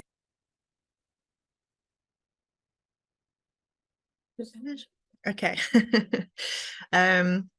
Apologies, I finished more abruptly for some reason at the very end. But yeah, so that's Pippa talking to you about the work of the Healthy Lungs for Life campaign and all different stakeholders that we've been engaging over the years. 2023 Congress was in Milan, and so were we. And we focused this time on Breathe Clean Air, in particular supporting the AAQD. That's the Ambient Air Quality Directive. I'm not going to talk about it hugely right now because it's quite complicated, but a very quick overview is that it means there's an important piece of legislation, which if it gets voted through, hopefully later this month, it will set limits on air pollution in EU countries and will have a massive impact as it will bring in line air pollution in line with the WHO recommendations, hopefully by 2030, I think we're working to now. But it will be a really, really fantastic piece of legislation. But to do that, we need to demonstrate that the public want the legislation to come through, because at the end of the day, politicians get elected and that's how they keep their jobs. And so they need to believe that what they're doing is resonating with their public themselves. So to talk about the AAQD and air pollution, we engage the public through the spirometry testing that you've just seen in the video. It's a really great way to link air pollution to negative health outcomes, because as they're taking the test, we can talk to them about air pollution and about the impact. But also, and I think this is really key, it makes it personal. It's no longer, this is an issue for other people, but it's really bringing attention to your lungs. This is having an impact on your health, on your lungs. Whilst we were there, we also collected signatures and signed letters to show that there was general support for the AAQD. So we collected these so we could present them to local politicians. And beyond our original expectation, we actually managed to engage with local, regional and national level politicians. We had the Mayor of Milan come and he was very supportive. And we also engaged the President of Lombardy, who is, let's say, less supportive. But the fact that we got them both engaged with the campaign meant that we were able to create a stir and get a lot of press coverage, hundreds of articles, the majority of which were very positive in how they spoke about the need for better clean air policy. Some were more neutral, and I don't think we actually got anything negative coming out of it, which was a really great achievement for us. And importantly, this helped to create pressure points and amplified the message for a really crucial time for the AAQD. In fact, the first stage of the voting happened on the last day of the Congress. So it was really wonderful. It was a very successful vote. It meant that it sort of went through without many amendments, the only amendment being the time frame. There's still a long journey because the European Parliament is a very complicated process, but it was really a good start for us. And we happened to be with lots of different organisations who had also all been working around this area. So it was just really nice for us to start, or to finish the Congress like that and start the AAQD journey like that. So here's some photos from the day just to show the activities. So you've got the spirometry testing, the signatures we were signing. We also had the lung run, which was a sort of an extra at the Congress, which we're going to build upon more. And I think certainly for 2024, that's going to be focusing on clean air. But we also had the big press release at the beginning, and then on the bottom left, you've got a picture of the Mayor of Lombardy and the Mayor of Milan and the President of Lombardy. This was quite a historic moment because apparently they refused to be in the same room together. So we had a bit of a press scrum to get photos of them actually having a conversation. And then the activities throughout the Congress, engaging different people. And yeah, so overall, that was very successful. Healthy Lungs for Life isn't just about Europe. So we are global, and I think that's something we really want to get across. We work with partners to raise awareness through their events and campaigns. And actually, I believe, is a recipient of one of the grants for his work that he's been doing in Nepal. We give micro grants, and we get really big impact for those micro grants. So we give around, it's 10 grants set for last year, but then we got some extra funding for an extra 10 grants. We ended up getting 20 grants last year. I'm not sure it'll be quite that many next time, but we'll see, hopefully. And it's only €1,000 per grant, but the impact we can make in some of the countries we're working in with our partners is absolutely huge. We're also looking for new ways to support. We've now got quite a lot of experience running these engagement events, and so we're really happy to help people with their ideas and with how to go about organising through different packs that we're producing. But we know that the people working in these communities are for sure best placed, so we don't actually want to take over. We just want to make sure we're supporting and working with people globally. I've got a few quick examples. I'm a little bit concerned about time, so I'm not going to spend too much time on them. But some of the previous grants, so in Nigeria, we promoted lung health. And again, we've spoken about this quite a lot, using the benefit of smoke-free cooking and not using those fossil fuels inside the house. And that was a very successful campaign, engaging thousands of people across the community. Something is slightly different in Cyprus. We gave money last year for spirometry testing near wildfire sites. Now, this is something that is becoming more and more concerned, obviously, with the climate crisis and the rise in temperature, and has a huge impact on outside air quality. And in Cameroon, we were doing, or we helped fund a training program so that people in schools were being trained on indoor cooking and using clean cooking systems. And through their education, they were then able to go and talk to their families and their communities. And the idea is that they then also train their peers in the schools. It's a peer-to-peer program, which has had really great success with, I think they're now in terms of the hundreds of people having been trained. So really, really high impact. So I just want to talk to you quickly about the advocacy pack. It's something we produced this year to be in line with our work in Milan. There's a QR code, please scan it. And I think someone's going to pop it in the chat for you. We really want to increase and support our advocacy networks. This is something that we are going to be pushing over the next few years. And one of the ways is by providing you with the materials. So this is an advocacy pack for supporting the AAQD in particular. We will be updating it in the new year to make it about more generic air pollution, and we'll have indoor and outdoor.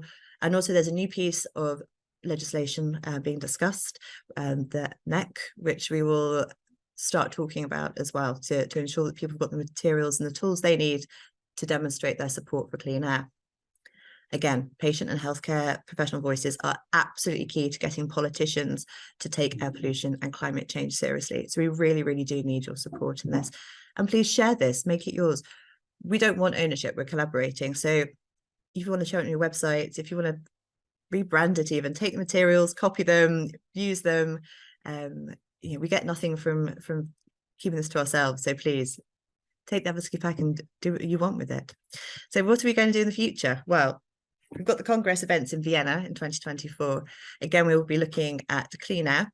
Vienna is quite interesting. It's not, so in Milan, it was a very specific geographical area for higher air pollution, sorry. And there are various factors going into why that is. Vienna, we don't have quite the same levels of air pollution. But as we've already spoken about today, any air pollution is bad for your health. You don't just need to be living in somewhere that's got really high levels of air pollution for it to have an impact. So I think that would be a really good message for us to be able to take to Vienna and talk to people there and see how we can tie that in with local organisations and with the local population. Healthy Lungs for Life for schools. Now, I know a couple of people have spoken about school programmes. We already have Healthy Lungs for Life for schools, which has been launched in Spain and in Italy, and we will move it to Austria as well, in line with the Congress. But we're always looking for ways of growing this and producing new materials and translating. And we work with local healthcare professionals, so normally sort of nurses who come into the school and talk to the children there about their lungs, how their lungs work, and what can impact their lungs. So obviously air pollution is one of those, alongside tobacco, which is obviously a big issue in schools these days. We were going to keep increasing our reach through activating our networks, and that means you, and talking to you and talking to healthcare professionals and to patients, and reaching out to new communities in new geographical areas, and just building a really big movement, and also working alongside the partner organizations that we have, who are doing amazing work as well. And as I've already said, I want to offer more support to our global grantees, and make sure that they're able to make the most of those €1,000. In the global south, we know there are huge issues, and it can't just focus on Europe. So we need to help more there where we can, and hopefully put more resources into covering more of the areas. So finally, get involved, please. You can run your own events using our revamped events pack, which is going to be launched soon, if it hasn't not already been launched, which will give you all the tools you need to set up your own Healthy Lungs for Life event. You can, again, we don't need to own this brand. This is a brand for everybody. We want everyone to take part in it and to make it their own. Take the advocacy pack, thank you. We're going to grow this patient conference, so talk to people, tell them how great it was, how informative it was, and let's get more people involved at the next one. Setting up a working group. I've already asked people during the poll if you're interested. Very seriously, we want a working group. We're being asked more and more for patient voice in papers and publications going out around policy. So if you're in the working group, that's your chance to really have your voice heard at European policy level, for sure. And then other ideas. We haven't got all the ideas. We can't fix it all ourselves. We're sure that you've got lots of ideas too. So please get in touch. Let me know if you've got an idea on how we can work together. It would be really, really great to hear from you. And you've got my email address there. Yeah, that's it. Thank you so much. Thank you, Catherine. Anybody interested and involved, please do get in touch with Catherine. We do have a chance to have a say as patients. Politicians do listen to real people, but the benefit of people like the European Lung Foundation is they amplify that voice and make it much more effective than we can be by ourselves. So we've now got just 10 minutes left, and we're going to hear from another organisation making a big impact in this space with Sophie Peroux from the Health and Environmental Alliance. Sophie is the EU policy coordinator, coordinating their overall policy input into decision-making process and representing the views of HEAL to the EU institutions. Sophie, over to you. If you could be 10 minutes, that would be fantastic. Thank you. Yes, thank you, and good afternoon or good evening, maybe. I don't know where you are all.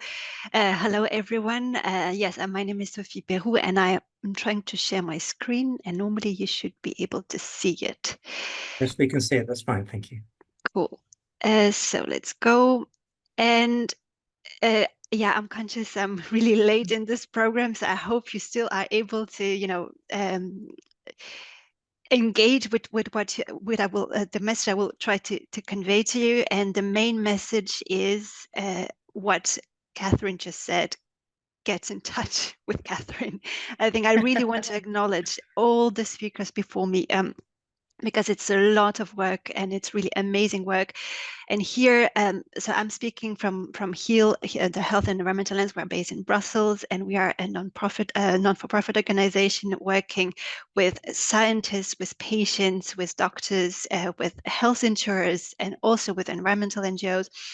And I want to say one thing: in Europe, we are very privileged, and that means we have a lot of responsibility as well. So just to say, there's one place where we need to make impact, and that's in elections, and that's in making really the biggest topics being heard in the elections. So what you see on the screen is a message that we put out for the last EU elections, because we wanted that there really is talk about clean air, because we wanted to change the Ambient Air Quality Directive. That was 5 years ago. And what we really wish is that all those diseases you see that actually there is a face put to them with personal stories. And let's go now quickly into what I wanted to tell you. I really have two main parts. One is I want to let you know a bit more about the Ambient Air Quality Directive, which is a European law, but that can really be replicated in other places as well, and then really get to what patients can do. So yeah, this is maybe a summary of what you've heard already this morning. And Professor Anderson talked about this. The situation currently is that 97% of people are breathing air that is bad for their health in the European Union. So we really need to do something about it. And the Ambient Air Quality Directive that Catherine talked about, and actually that others talked about also today, was a promise. It was a promise by the European Commission when it issued its famous Green Deal, the European Green Deal that you've certainly heard about, that was about a bit more than 5 years ago. And the promise that there was coming out of the elections from the European Parliament was to actually change, to revise the current legislation, because we already have an Ambient Air Quality Directive, but we need to change it to do what? To align it with the latest science. That was a promise.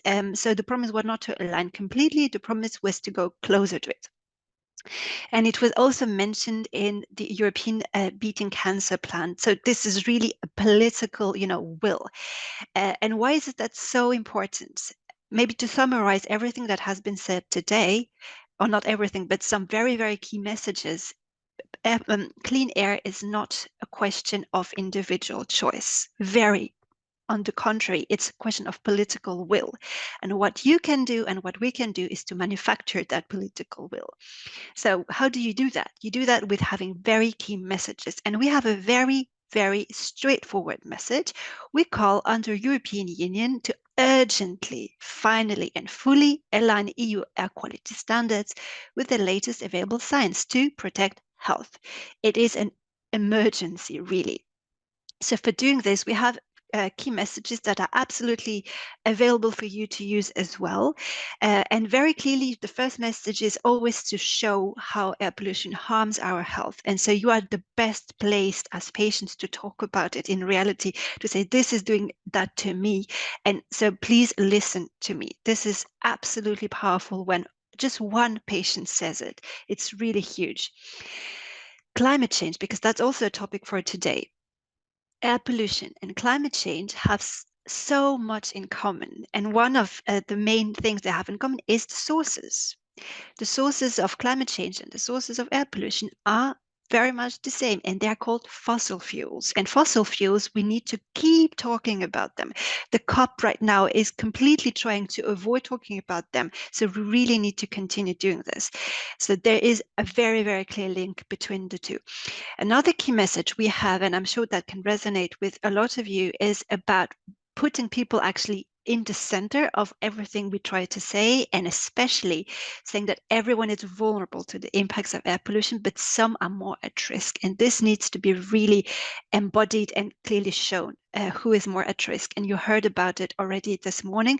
Just adding to this that one topic we think is very important is to highlight the health inequalities, the health inequities that arise from it. Final message we have is to say, okay, this is the problem. What is now the solution? The solution is to have cleaner standards that are science-based, not just somewhere, but everywhere. And this is also very important because in the EU, we see attempts by some member states to have different levels, so to have different limit values in different places, and that's clearly not acceptable for us at all. So now, what is a patient's unique role in this whole conversation? This is just an extract of a toolkit that we have prepared on advocating for clean air, which is available on our website. And as you can see, there are there are certain messages that are really important to be highlighted. So one is, as I said, on the health impacts. The economic costs of air pollution are important. The other way of looking at it is to talk about the economic costs of inaction, and it is always economically irrational, at least in Europe, to not clean the air. We have evidence for this, so this is very clear. There are a lot of benefits of cleaner action, and one of them is very clearly linked to climate change and mitigating the impacts on health. And so the rest I've already talked about it so quickly. what about you, what you can do very, very concretely? What does it mean to get involved? There are many ways of getting involved, but one of them is to just be joining others who are already involved. So as Catherine said, join the cleaner movement wherever you are. And what we do when we support that movement as HEAL is to really, bring all the voices together in joint action. And one of the actions that we always do is to write to policymakers. So we have a lot of things that we tell them, and we do that jointly with others. We do that at EU level, so with EU organizations, and you can recognize some of the organizations you've heard from this morning because, well, we all collaborate, but there's also a very important thing to do. It's to be active at the national level, wherever you are. So really to be engaged with others in your country, be it the doctors in your country, be so the organizations, be the health care funders or others, or for example, the environmental NGOs, because they're also very involved in this. So it's really, really important to team up, never be alone, never stay alone. Now, we write letters, we join with others. Really important, have a social media ready message. So that can take various forms, but that just to give you an example of the messages that as HEAL we have been pushing. I'm trying to wrap up quickly. I see we are running out of time.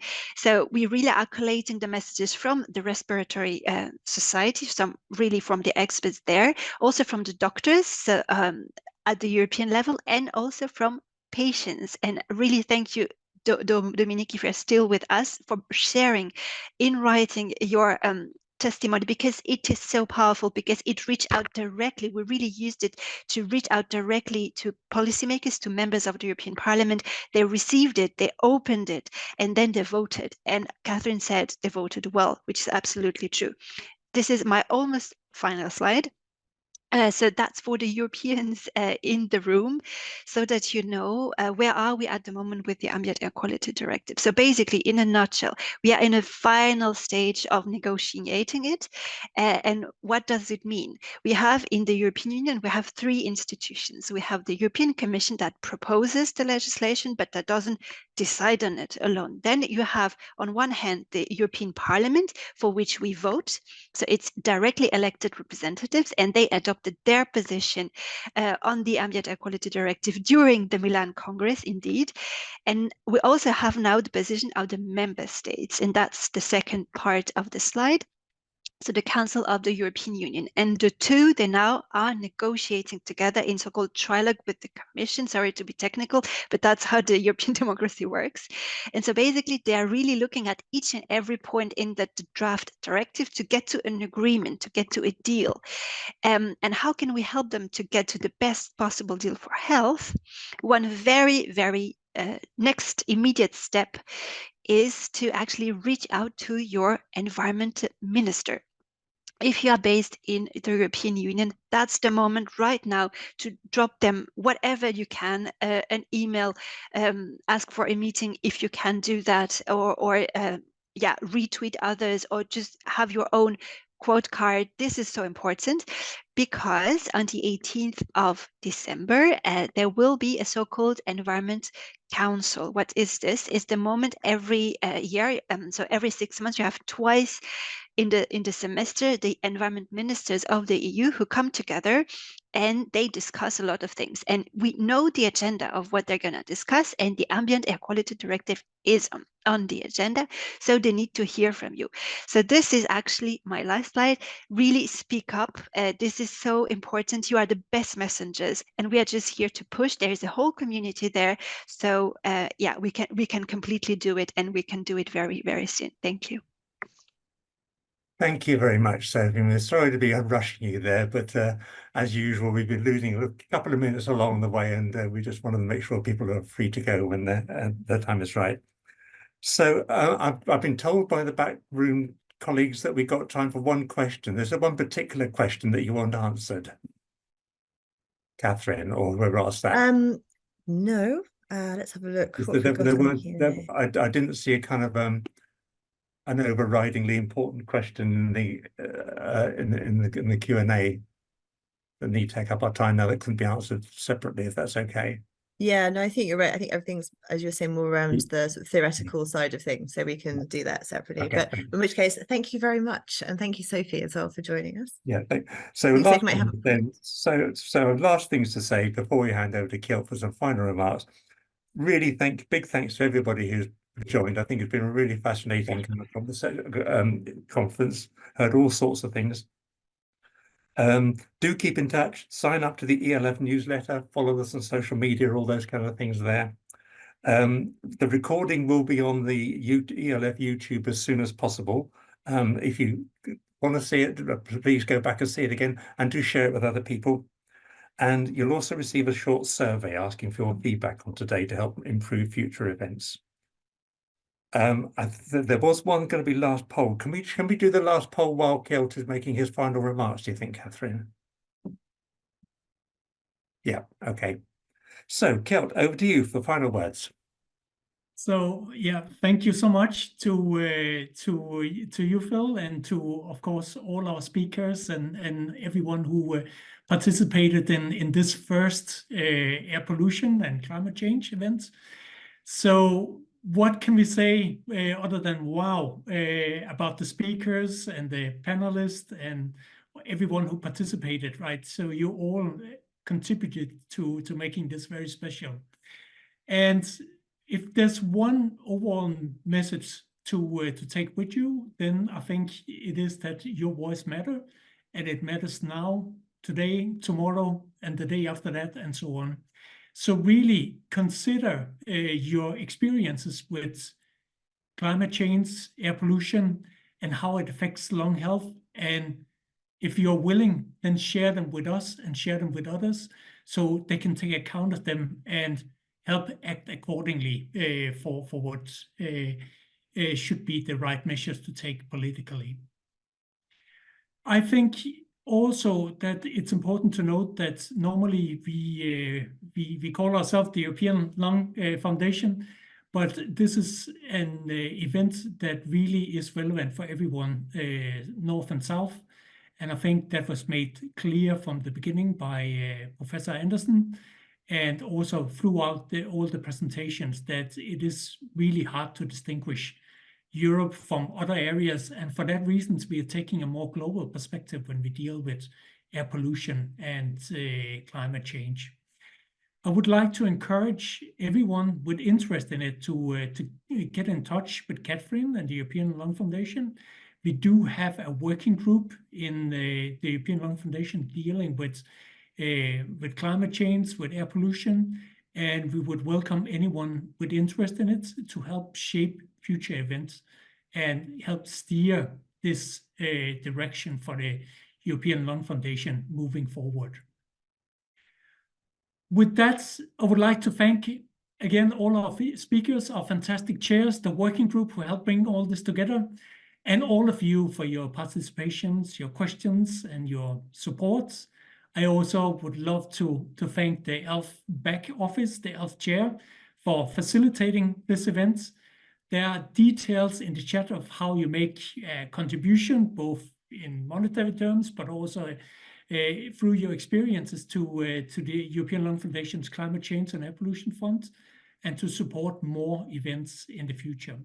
So thank you very much. It's been our great pleasure to host you. Enjoy the rest of your day, and good afternoon and goodbye.